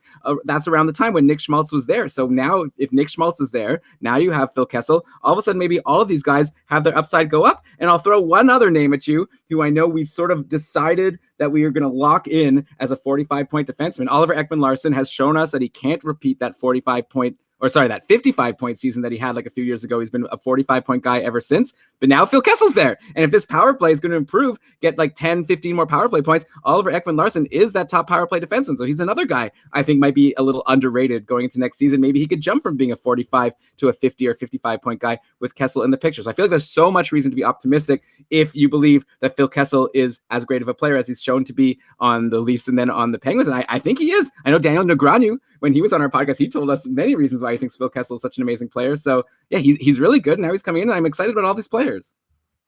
That's really exciting. I'm glad you're so excited about all these players. I think you're a touch overexcited about each of them. And I'll start with Clayton Keller, who I think I'm equally excited as you, but I just can't get with this Penguins analogy you're making, because Gensel had Crosby, and like you said, like in terms of being disappointing or exciting, yeah, Keller and Gensel have had a similar trajectory, but in the types of players they are and the way they get their points and the people around them, I see no similarity. So I see an emotional analogy to be made, but I don't see an empirical analogy to be made. That's my bread and butter. Yeah, the emotional analogies.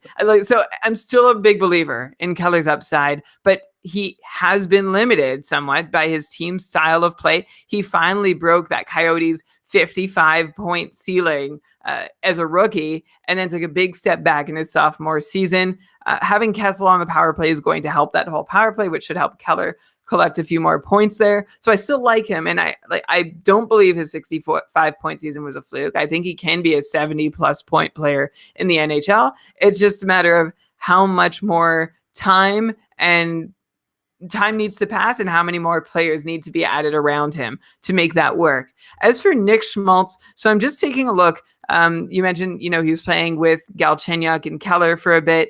And in those games, it seemed as though I was trying to figure out who was playing center for those games. And I think for some of them it was Galchenyuk, and for some of them it was Schmaltz. They seem to have a fairly even share of the faceoffs. Just looking at the faceoff numbers, I know you're really high on Nick Schmaltz centering that top line and not Derek Stepan. And you mentioned how great he was as a Coyote. One of the reasons he had such a great run, 14 points in 17 games upon arriving in Arizona, he had 4 goals on his 9 power play shots as a Coyote. So he had some luck, but he also did have a legitimately bigger role than he did in Chicago. Still not enough to say he should have scored on 4 of 9 shots on the power play, though. And at 5-on-5, Schmaltz did not seem much different from his Chicago self. So I could see Schmaltz getting up to 55 points with a good power play role, but I'm actually not sure I can expect a whole lot better, especially because I'm not sure he's going to be the top line center. And one reason I'm concerned about that is that he kind of sucks at faceoffs. Like, faceoffs should be a coin flip for most top line centers. If you're going to be out there taking faceoffs in the offensive zone, or like just key faceoffs throughout the game, you should be winning at least a coin flip's worth, or somewhere around there, give or take 2 or 3%. Schmaltz has often been a sub 40% faceoff guy. At least that's how it's been in recent history. So that's one reason that I think he might not be suited to center that top line if he can't fix that part of his game, and why Stepan might actually be the person to get to play with Kessel and Keller up on the top line. Yeah, I guess we'll have to see. Like, I don't know if I will read so much into the fact that Schmaltz hasn't been as good at faceoffs as Derek Stepan in terms of who's going to play with who. But yeah, it's a good thing to keep in mind. I'm definitely not saying to reach for Nick Schmaltz in your draft, but I feel like Schmaltz is the kind of guy that might not even get drafted in 50% of leagues, right? So you could get him as a free agent or as your last round pick, and you might end up with a top line, top power play centerman. So even just having that as a possibility makes him worth having on your radar. But yeah, don't go crazy. It was a very small sample size with him in Arizona, but if he does play with Kessel, that would be great. But we'll learn a lot in training camp, obviously, to see what direction they're going to be going over in Pittsburgh. So Kessel's gone, and the clear beneficiary, again, is this guy we keep mentioning. We keep name-dropping Jake Gensel. Now let's actually talk about him, because now he will for sure secure that coveted top power play spot that he's been in and out of over the past couple of seasons as various players got injured. Are we ready now to project Gensel to do better next season, even than he did last season, now that we see that he's going to be on the top power play? Like, he had 40 goals and 76 points last year with only 11 power play points. Now he's going to be on the top power play and presumably still be playing on the top line with Crosby. And we'll discuss in a little bit who the other piece might be. Maybe it'll be Galchenyuk. Who knows? So yeah, Jake Gensel, are we looking at him as a potential point per game player now? I guess obviously he's a potential point per game player, but like in our almanac that we're going to record in a couple of months, do you think you're going to be popping down an 85 in the spreadsheet for Jake Gensel, or is that too rich for your blood? So first you have to promise me that this is big Jake Gensel fan, but I feel like we've talked about him in almost every episode since the spring ended, or since okay, let me do that again. Before I answer you, Elon, I could actually just direct you or any listener to listen to any of the last 6 or 7 episodes where it feels like Jake Gensel's name is coming up constantly. And so I've laid out my case for him. And essentially, in short terms now, because if you want the full picture, go back. You can see. He only had 11 points last year on the power play and limited power play one role. And we expect Gensel's power play one role to grow and his numbers along with it. The question, of course, is that how dominant can the Pittsburgh power play be without Phil Kessel? He was a key part in moving the puck up the ice and gaining the offensive zone and then actually running the whole thing. So if Pittsburgh can figure out a way to keep their power play operating as usual without Phil Kessel, which sounds like a long shot, but sure, we'll give them some benefit of the doubt and say it's possible. Then Jake Guentzel, you can count on him for like 30 power play points. If not, you're looking at more in the 20 to 25 neighborhood. And the underlying all this talk of his power play production is that his even strength points should stay pretty similar. Everything he did last year looked sustainable. So long as he continues to get to play with Crosby and whoever the heck else on that top line, I expect Gensel's points to keep coming. So yeah, he had 11 power play points last year with 70 odd points. You can add 10 to his totals for sure. And he could, if that power play clicks monstrously, it's not so far-fetched to say he could be a 90-point player. It seems hard for me to get the words out, but I'm there. I said it. Wow. I like it. Yeah. I like taking a swing, especially because you've been down on a lot of other people, but it seems like you're super high in Gensel. And yeah, I'm sorry I keep bringing up Gensel, but things keep happening. And now like with it's Phil true. Kessel, The situation has changed. Yeah. Every time you ask me about him. The one thing I actually wasn't even planning on mentioning on the show, but you bring it up. It's a good point. Like maybe should we be talking about some other Penguins players maybe being hurt? Like maybe Gensel, he can't be hurt from Kessel not being there because he wasn't even on the top power play for most of the season. And so his even strength situation stays the same and he just could get better. But guys like Crosby and Malkin and Letang, maybe they're not as good now without Kessel on the top power play. Maybe there's a little bit more risk there. So that's something to keep in mind. I don't know if we have to dig into that too much. Maybe we could save it for the almanac. The thing I really want to talk about is first of all, what do we think about Galchenyuk now? Like he showed that he had huge offensive potential for a couple of years on the Habs, but he seems to have settled into like around a 50-point guy over the past couple of seasons. But of course, he's on the Penguins. Like the one thing that comes to my mind is, like everyone, whenever someone goes to the Penguins, they're like, oh my God, he's going to play with Crosby or Malkin. This guy's going to be amazing. And it never ends up happening, right? Like these players who come to the Penguins, generally their value doesn't go up the way people expect it will. So I don't know. My hunch is that Galchenyuk maybe could stay a 50-point guy. Of course, it would help if he gets on a line with Crosby or Malkin, and it would really help if he could be the one who steps on that top power play, maybe instead of Patrick Hornqvist. If they start changing things all around, maybe all of a sudden you don't need Hornqvist there as the net front guy, or maybe you do, right? So there's so much that we don't know about the Penguins. Like I can name you so many players that I could see fitting into the top 6 and maybe a top power play spot on this team. Like we know for sure 3 of the top 6 spots are going to be Malkin, Crosby, Gensel. That leaves 3 open spots, and it could be like Galchenyuk, Hornqvist, Dominic Cahoon, who they got from the Blackhawks for Ole Mata earlier in the summer. We've got Jared McCann, who was playing on that top line at the end of the season and doing pretty well. Brian Rust, who's been there before. There's Brandon Tanev, who signed in free agency. Zach Aston Reese, Dominic Simone have all been there. So, like, is there anyone here as you see as having more than just like a dice rolls chance of being fantasy relevant next season now that there's all these open spots at even strength and maybe even one on the power play? Oh, I even left out a name. Okay. Oh, I even left out a name. Nick Bjugstad is there. So I guess maybe Nick Bjugstad is like the third line center, or maybe he gets in the top 6. And that probably also helps or hurts Galchenyuk, right? If Galchenyuk's there to be the third line center, not great for him. If he's in the top 6, it's good for him. So it's like a million names I'm throwing at you. We have no idea who's going to be good.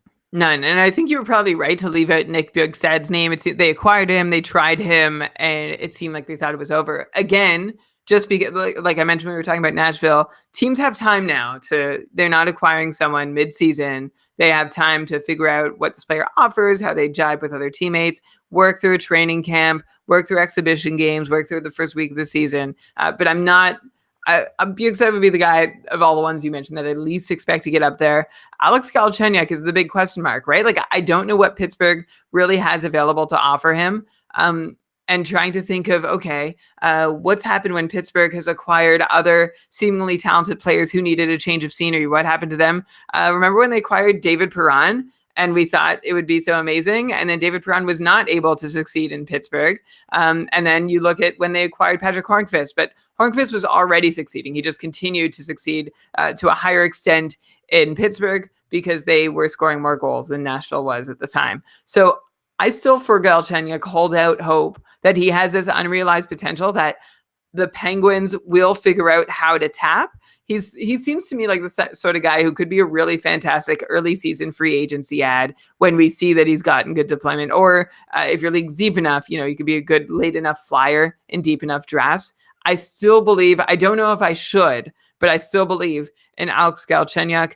And then, McKinnon, Simone, Rust are the other names. And the Penguins have had a revolving door forever. I think they are going to tinker with their power play a little bit to start the season. So expect to not really know. It's almost like this is the tandem version of skaters, like the goalie tandem version of skaters. You just grab both guys and then you wait to see what happens. You might want to grab a few of the depth pens to see if one is able to grab the job, or you'll just keep cycling them out as the revolving door continues in top line and top power play roles in Pittsburgh. Yeah, okay, and maybe I'll throw out another name just to say that we said all the possible names. I did see you were going back and forth with a Penguins beat writer and saying that maybe there's a potential that Justin Schultz could join on that top power play. Maybe they go 3 forwards, 2D. So there's another guy who could potentially get some value from Kessel leaving. But yeah, I know Dmitry Filipovich, who we did a couple podcasts with recently. He's into Jared McCann on that top line. So he's being vouched for, but yeah, who knows? Maybe I'll also just mention, because I always love to throw a bone to our bangers and mash participants that are listeners. Brandon Tanev, if he gets a spot in the top 6, this is a guy who was great for your hits leagues also back when he was on Winnipeg. So if he could continue with the peripherals and get one of these great spots in Pittsburgh, he could be a really good guy to slot in like daily fantasy or as a streamer or forever, how long he's there. But I guess with that, let's move on to our last topic of the episode, which is the other big trade that happened the day after the UFA day. So I guess July 2nd, it was announced the Colorado Avalanche acquired Nazem Kadri and defenseman Kalle Rosen and a 3rd-round pick in 2020 from the Toronto Maple Leafs for defenseman Tyson Barrie and forward Alex Kerfoot and a 6th-round pick. And I believe Colorado's even paying some of Tyson Barrie's contract. But basically, if we just want to break it down, we've got Kadri for Barrie and Kerfoot, and let's see how this affects both of these teams. I want to start on the Avalanche and then end the show on the Leafs, okay? So the Avalanche, first of all, they were very busy over this offseason. So we have to, for completion's sake, they traded Carl Soderberg, who we talked about before, to the Coyotes, which opened up that line 2 center spot that Kadri, I think, is very nicely going to fit into on the Avalanche. They also traded a couple picks to the Washington Capitals for Andrei Burakovsky, who maybe could step in as one of Kadri's wingers, say in place of Alex Kerfoot. And hey, maybe the other winger could be Jonas Donskoy, who is someone they signed as a UFA for a 4-year deal. So potentially you could have an all-new line of players on Colorado to make up their second line in Kadri, Burakovsky, and Donskoy. Last season, by the way, Carl Soderberg had 49 points, and this guy didn't even get that much power play time, and he still had 49 points. A very quiet, successful season for him. So if Nazem Kadri, who I think we all expect to be better offensively than Carl Soderberg, comes in on the second line and also finally takes that 4th forward power play spot on Colorado, which no one else has really been able to do. I feel like if Soderberg could get 49, why can't Kadri at least get back to his 61 point height that he was hitting back in 2016-17, right? This guy has been showing us that he can be really successful when put in a position, and I feel like he might be in a really great position as the line 2 center and top power play guy over in Colorado. So yeah, what's your take on Nazem Kadri for next season? I feel like this has to be good for him compared to being 3rd line center in Toronto, even though he was on a pretty good power play. Well, so that's exactly the balance we're trying to strike here, because Nazem Kadri's best seasons, the ones where he had 55, 60 points, came with an incredibly dangerous power play role that got him 12 goals with the man advantage in each of them. And of course, he had that really good season, the lockout shortened season. So I'm talking about his most recent best seasons where he had 55, 60 points.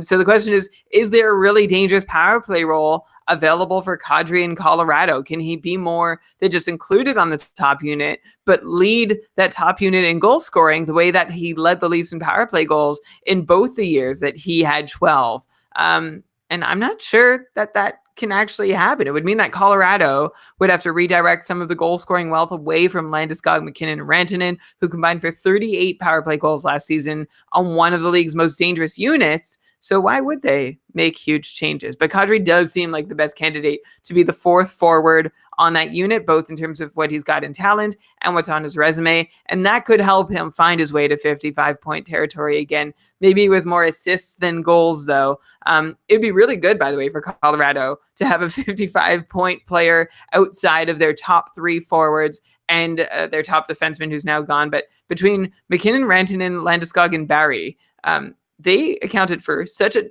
huge proportion of Colorado's scoring. They've never had, at least since that group has gotten together, they've never had any kind of secondary scoring available outside of those four guys. Colorado's next best scorer last year was Carl Soderberg with 49 points. The year before that, it was Alex Kerfoot with 43 points. So I think Kadri is going to be asked to break that mold and has what it takes to succeed to actually accomplish that. So I'm still optimistic about Kadri. I like him centering the second line. I like him being more of a participant in the top power play than the main shooter.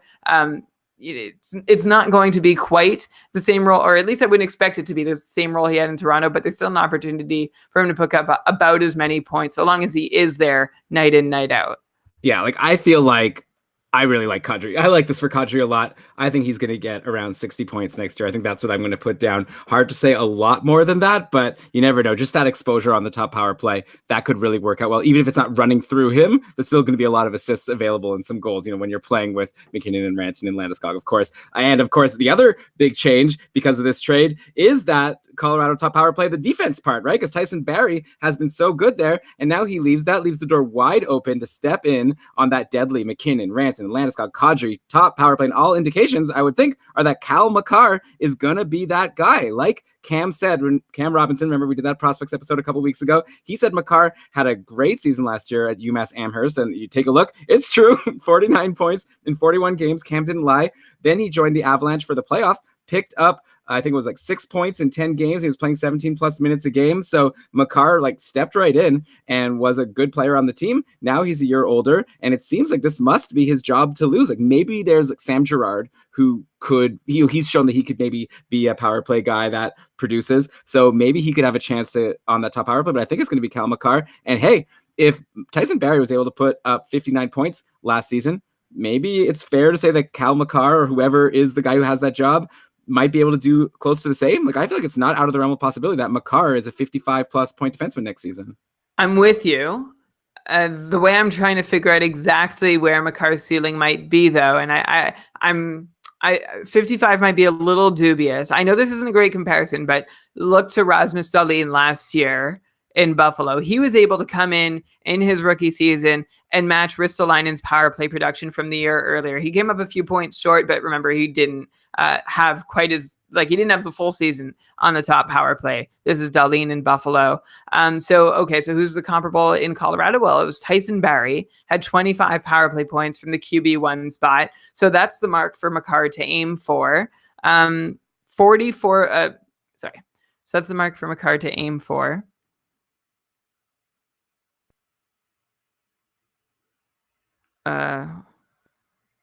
Sorry. I don't know if he can get there. Look on the season, all situations, Dahlin had 44 points last year, right? And he was wonder rookie, ready to step in and just enter the league and do his thing. I know Colorado is stronger than Buffalo offensively, but it doesn't mean that Makar automatically benefits from that, right? Like he's going to be on the power play. Is he going to be as involved as Tyson Barrie was? Is he going to be able to create the same way that Tyson Barrie did? And also Makar probably isn't quite as good as Rasmus Dahlin, or isn't going to be in his rookie season anyway. So I'm actually leaning more towards 40, 45 points for Cal Makar, because I think it's a really exceptional thing for a rookie defenseman to even get 40 points. So calling for 55 is a big ask.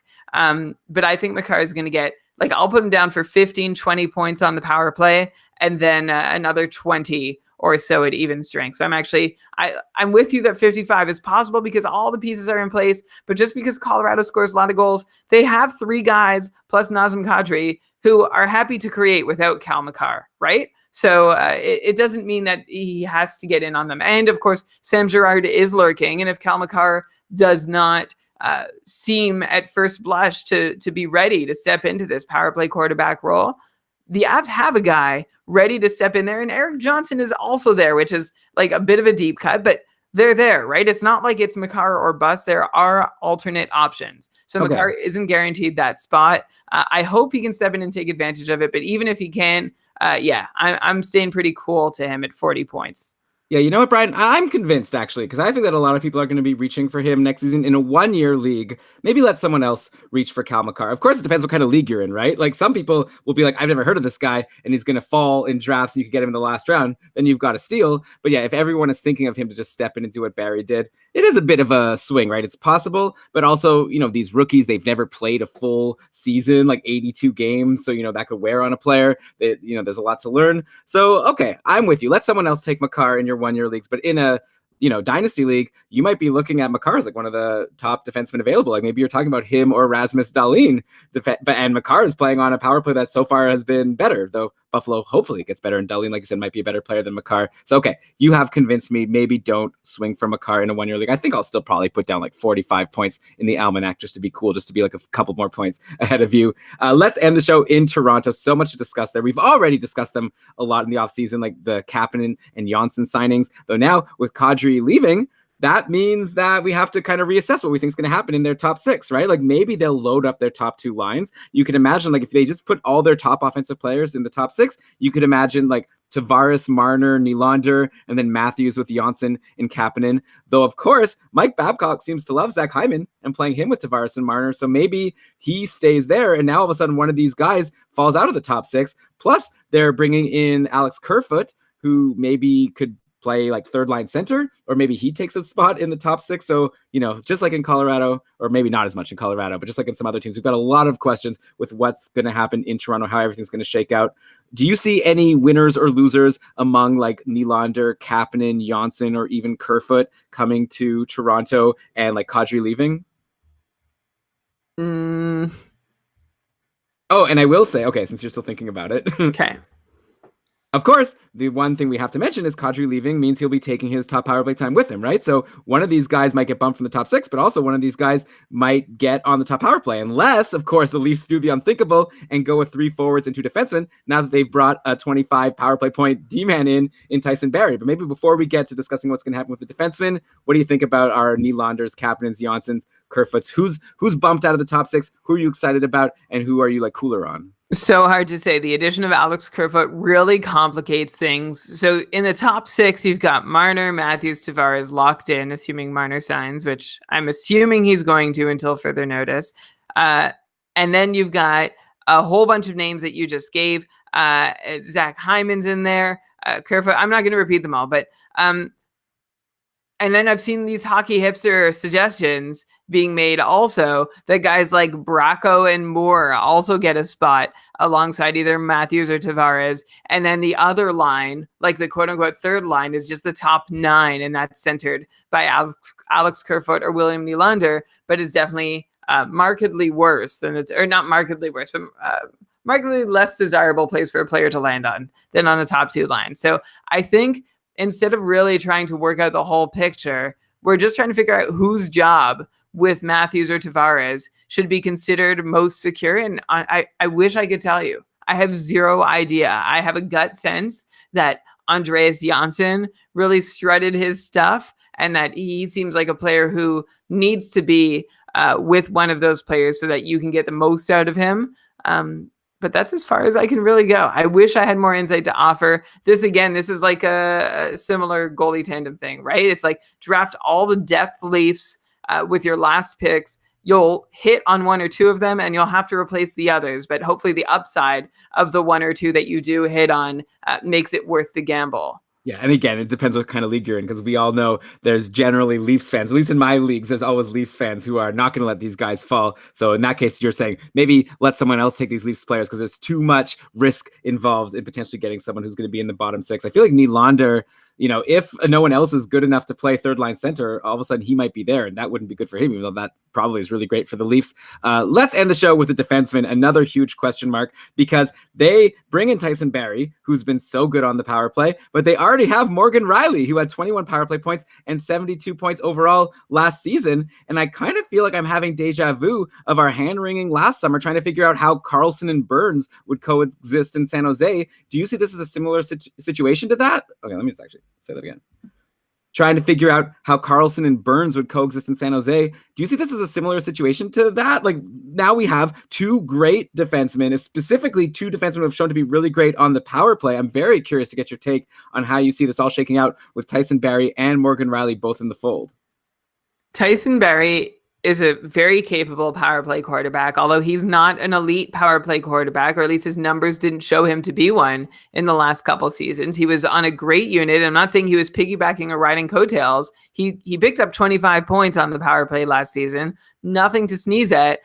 But Morgan Rielly's numbers are more impressive in the way that he contributed to his power play success. So I think Morgan Rielly absolutely is on the top power play to start the season and probably to finish the season too, and probably in the middle of the season. I think the only way that Barrie gets on the top unit is if the Leafs decide to go 3 forwards, 2 defensemen.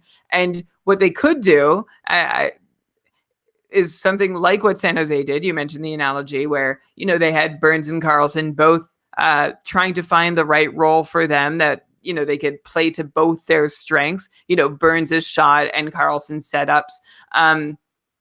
So maybe the Leafs are able to do something similar or looking to do something similar, but Barrie and Rielly are not Burns and Karlsson either. So I don't think Barrie needs to be on that top unit. I think the Leafs are happy to have him at 5-on-5 and quarterbacking a second unit. That's great. But he's not, I'm concerned. His fantasy value definitely takes a tumble because he needs those power play points to really be super relevant. He could still probably be a 40-point player if, without a top power play role. And this is all assuming that the Leafs don't have 2 balanced units, which I don't think they're going to go back to. But bottom line for me is that Morgan Rielly is the guy in Toronto. Tyson Barrie just has to hope to get in on some of the action. Wow. I'm surprised, right? I just don't get the reason. Morgan Rielly had 21 power play points last year. Barrie had 29. Morgan Rielly used to not even be the top power play defenseman. He just earned this job last year. And yeah, he had a great season, but Tyson Barrie has been the top power play guy in Colorado year in, year out. And he's I know some GMs who have been GMs in the NHL year in, year out. And there are some GMs who have just been GMs for a couple years, but it doesn't mean one is better than the other. Sorry, so I just don't get it. Why Barrie had more power play points than Rielly last season. So why do you think it's such a sure thing that Rielly's the one who doesn't have his fantasy, value hit, and he's for sure going to be the one quarterback in the top power play?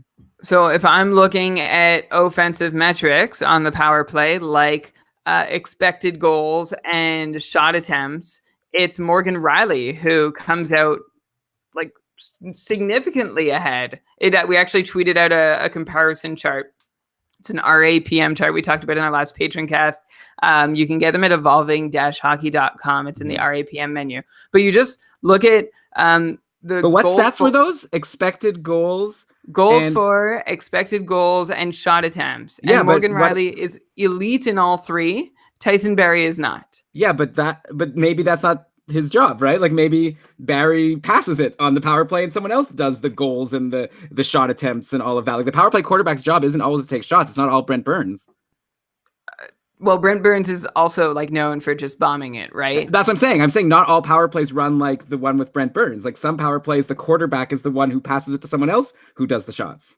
Yeah, so that'll be Barrie's move. But what I'm saying is that Morgan Rielly did a great job in his role last year. I just I know you're saying just rote points, but I don't know. I'm not ready to assign not every point is equal. Right? I'm not ready. I'm not ready either to say one over the other. If anything, I'm just surprised you seem so confident that Morgan Rielly's better on the power. Successfully ran the Toronto power play last year. I don't think Tyson Barrie is coming in to replace him in that role. I just don't see what the logic would be. And also, by the way, Tyson Barrie played almost 100 more power play minutes. So if you control for opportunities and time on ice, it's not. You just look at their points rates, which I don't have right in front of me, but I would imagine Rielly might even be ahead of Barrie there. Yeah, that's important, right? So maybe we could look into that when we do the almanac to get exactly power play points per 60 minutes. Yeah, it's obviously unfair if one player played a lot more on the power play. And I say this all as someone who, when the trade happened, I'm that's bad news for Rielly. Barrie, we've been big fans of Tyson Barrie. We have been shouting that he's a 60-point capable power play quarterback for a couple years longer than I think most people have realized. And then I checked the numbers and I had some assumptions that were wrong about exactly how good Barry was and exactly how good Riley was. And I But I didn't don't. expect to see the gap I saw. But do you expect Babcock to be checking these numbers and making his decision? Because the other thing that Absolutely. I guess I don't know. The thing that sticks with me also is that it took Morgan Riley so long to gain the favor, and maybe he was just the best option. Like why, it makes me wonder like why wasn't he there earlier if he's like so amazing? But you're right. Like I don't know. I just kind of feel like it's not as like decided yet. I guess like I could see them trying multiple things, and I could see maybe even them going to defensemen. So for me, I feel like I'm almost like not excited about either of them in fantasy. If people are going to reach for them, and I'm excited for both of them if they're going to fall, like, and if people are going to be still expecting Morgan Riley to be a 70-point guy, maybe I'm happy to let someone else take him. And if people are expecting Tyson Barrie to fall to be a 40-point guy like you're projecting, I'm very happy to get Tyson Barrie late because there's that big upside. Mason's dropping some top tier puns in the chat room here. Is it better to be Barrie good or Riley good? Really good or very good? I don't know. Brian, I feel like you'd like jokes like that. Is that like an episode title? Mason. Yeah. Okay, so let's end it there. We obviously don't have the answers. A lot of these things we don't have the answers. Obviously, it'll help in training camp. We'll get some data, but a lot of this stuff, all we could do, Brian gives you all the great underlying numbers, and then we go and see if next season, if all these things play out the way that it kind of has in the past. But things are always surprising us, and UFA time is always so fun to speculate about this stuff. And of course, I much more enjoy when we're actually talking about real NHL games that have happened, where we can look at the line combos and we can look at the shots and goals and everything and really nail it down. But this is the best we got right now, and I think we just put together a really fun episode. Brian, I've had a blast talking to you about all of this, and we still have so much to go. I'm so looking forward to do this all again in a couple weeks. Programming note, Elon, I hope you remember, our next episode is going to be released on a Monday. Okay, so you and I will talk offline because I'm actually going on a vacation to Halifax in the next couple of weeks. So actually, I didn't really check the date. So we'll talk about it. It might actually be released on a Wednesday, or it might. I think it just might be safe to say it might not be exactly 2 weeks from now. It might be 2.5. Yeah, 2.5 or 1.5. We'll figure it out. 3 weeks. Yeah, in a month. The one thing we do know is we have a lot still to talk about. We'll talk about Pavelski and Corey Perry going to Dallas, like Zuccarello going to Minnesota. Marcus Johansson just got signed by the Buffalo Sabres. We've got all these goalies switching teams: Varlamov, Leonard, Mike Smith, Talbot, Mrazek and Anders Lee both stayed put. There's even some lesser fantasy impact guys that we'll maybe want to touch on. McElhenney went to Tampa, Simmons in New Jersey, Tyler Myers to Vancouver. There's more. Andrew Shaw went to the Blackhawks, Howla and Reimer to the Hurricanes, Jimmy Vesey to Buffalo. So we've got a lot of content that we'll try our best to get through over the next episode or two, and I'm really excited for it. But I wanted to hit the really high points in this one, the big names, and I think we've done that. So if you like the show, we'd love to hear from you. I mentioned on the Patreon cast, I wouldn't mind hearing feedback about which shows you like and which ones you don't like as much, to sort of get a sense of what we're doing right and what we're doing wrong. Especially during the summer, it's a great time for us to tinker with the format if you think there's things that you'd like us to do differently. So we'd love to hear from you at Keeping Karlsson on Twitter. I promise we read every tweet. And also you could also tweet at us with your fantasy advice questions, and we're always happy to answer those.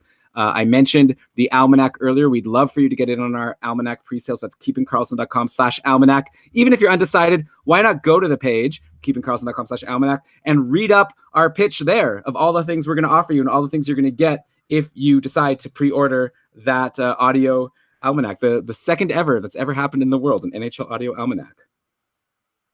Brian, sorry, I thought you were leaning in because you were going to say something. Oh, no. Okay.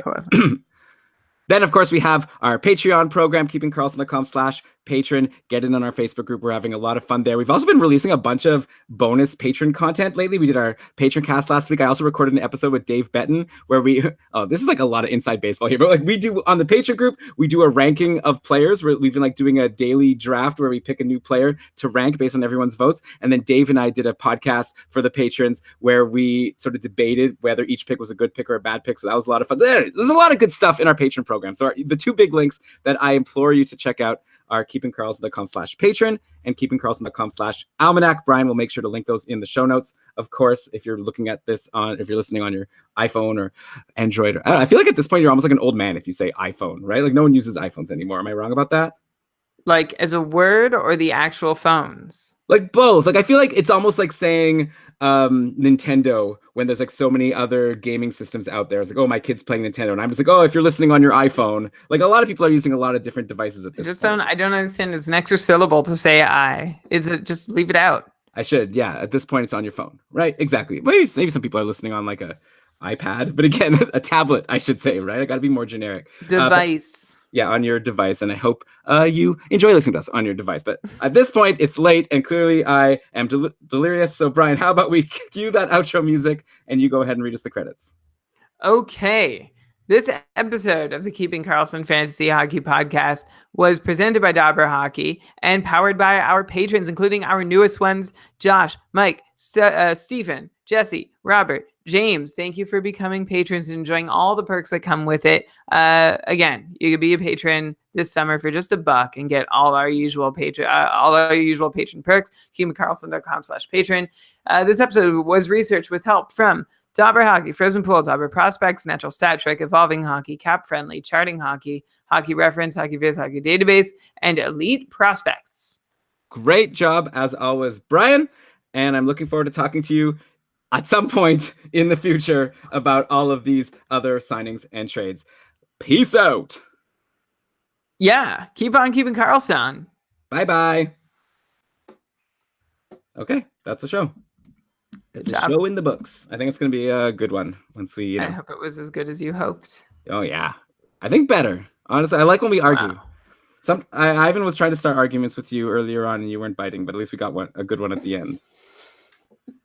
Like the Nashville thing? Is that why you kept pushing me? Was it the Nashville thing? I don't know. I thought maybe we would argue about the Rangers. I thought you would argue about Panarin. Like you would. I mean, but you weren't being like you were saying he won't be point per game. I thought you would definitely push for more. And Zibanejad versus Dubois.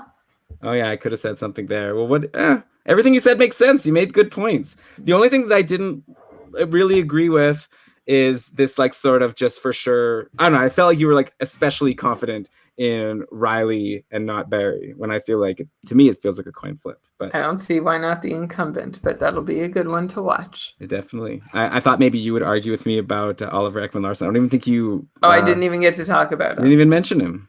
No. Yeah. Oh well. We'll see. Well, that's what the almanac's for. We won't be able to skip anyone there because we're gonna have to throw down numbers on these guys. What do you think you're gonna put down for OEL? You're just gonna put down 45, right? Maybe I'll give him 50. Ooh. I'll give him 50. I wonder what we're gonna. I think also what I want to do for the almanac is I'm gonna be writing down as we go, like where we really disagree a lot, so that we could like have those players and like reference them a lot throughout the season of the guys that we really disagreed on. I feel like we didn't do enough of that. Well, couldn't you just like do a really easy like Excel or like, formula, like just find the biggest gaps in our projections? Yeah, I'm not saying it's like a tech issue. I mean more just like we didn't do that exercise this year. So like during the season, it would have been fun if like every time there was a player we disagreed on, we could sort of like remind people that we had that disagreement. Right. Yeah. Okay. Well, have a good night. Thanks, pal. I'll have all the business action items taken care of and the write-up done. Cool. And oh yeah, thanks chat room, of course. Thanks. Who RMCF? Are you someone we know? Are you like if you are, nice to see you. But yeah, Rigmarole McFadden. Okay, yeah, and Mason, of course. Yeah, thanks everyone for joining us. We really appreciate it. It makes the shows a lot more fun. Okay, by the way, there was a message from Ryan. He wrote Google maybe moving to a new format for video streaming that KK may still use. So let me know, Ryan. I'd love to hear from you. So message me if anyone has any ideas of what we should do once this Google Hangouts goes away. Because right now I have no idea what we're gonna do, but we'll figure something out. You can also message Ryan. He's a patron. That's true. Well, don't say it like that. Now if I don't do it, I'm like a jerk. Like I was gonna go relax now, and then I might forget. But okay, I'll message him. You're right, Brian. I'm bad. I'm gonna do it. I didn't. Okay. I'm going to. I'm writing. There's no judgment. Where should I write this note down? Okay, I'll do it on my phone. Okay. All right. Bye. I'll do it on my iPhone. Bye. Okay, bye.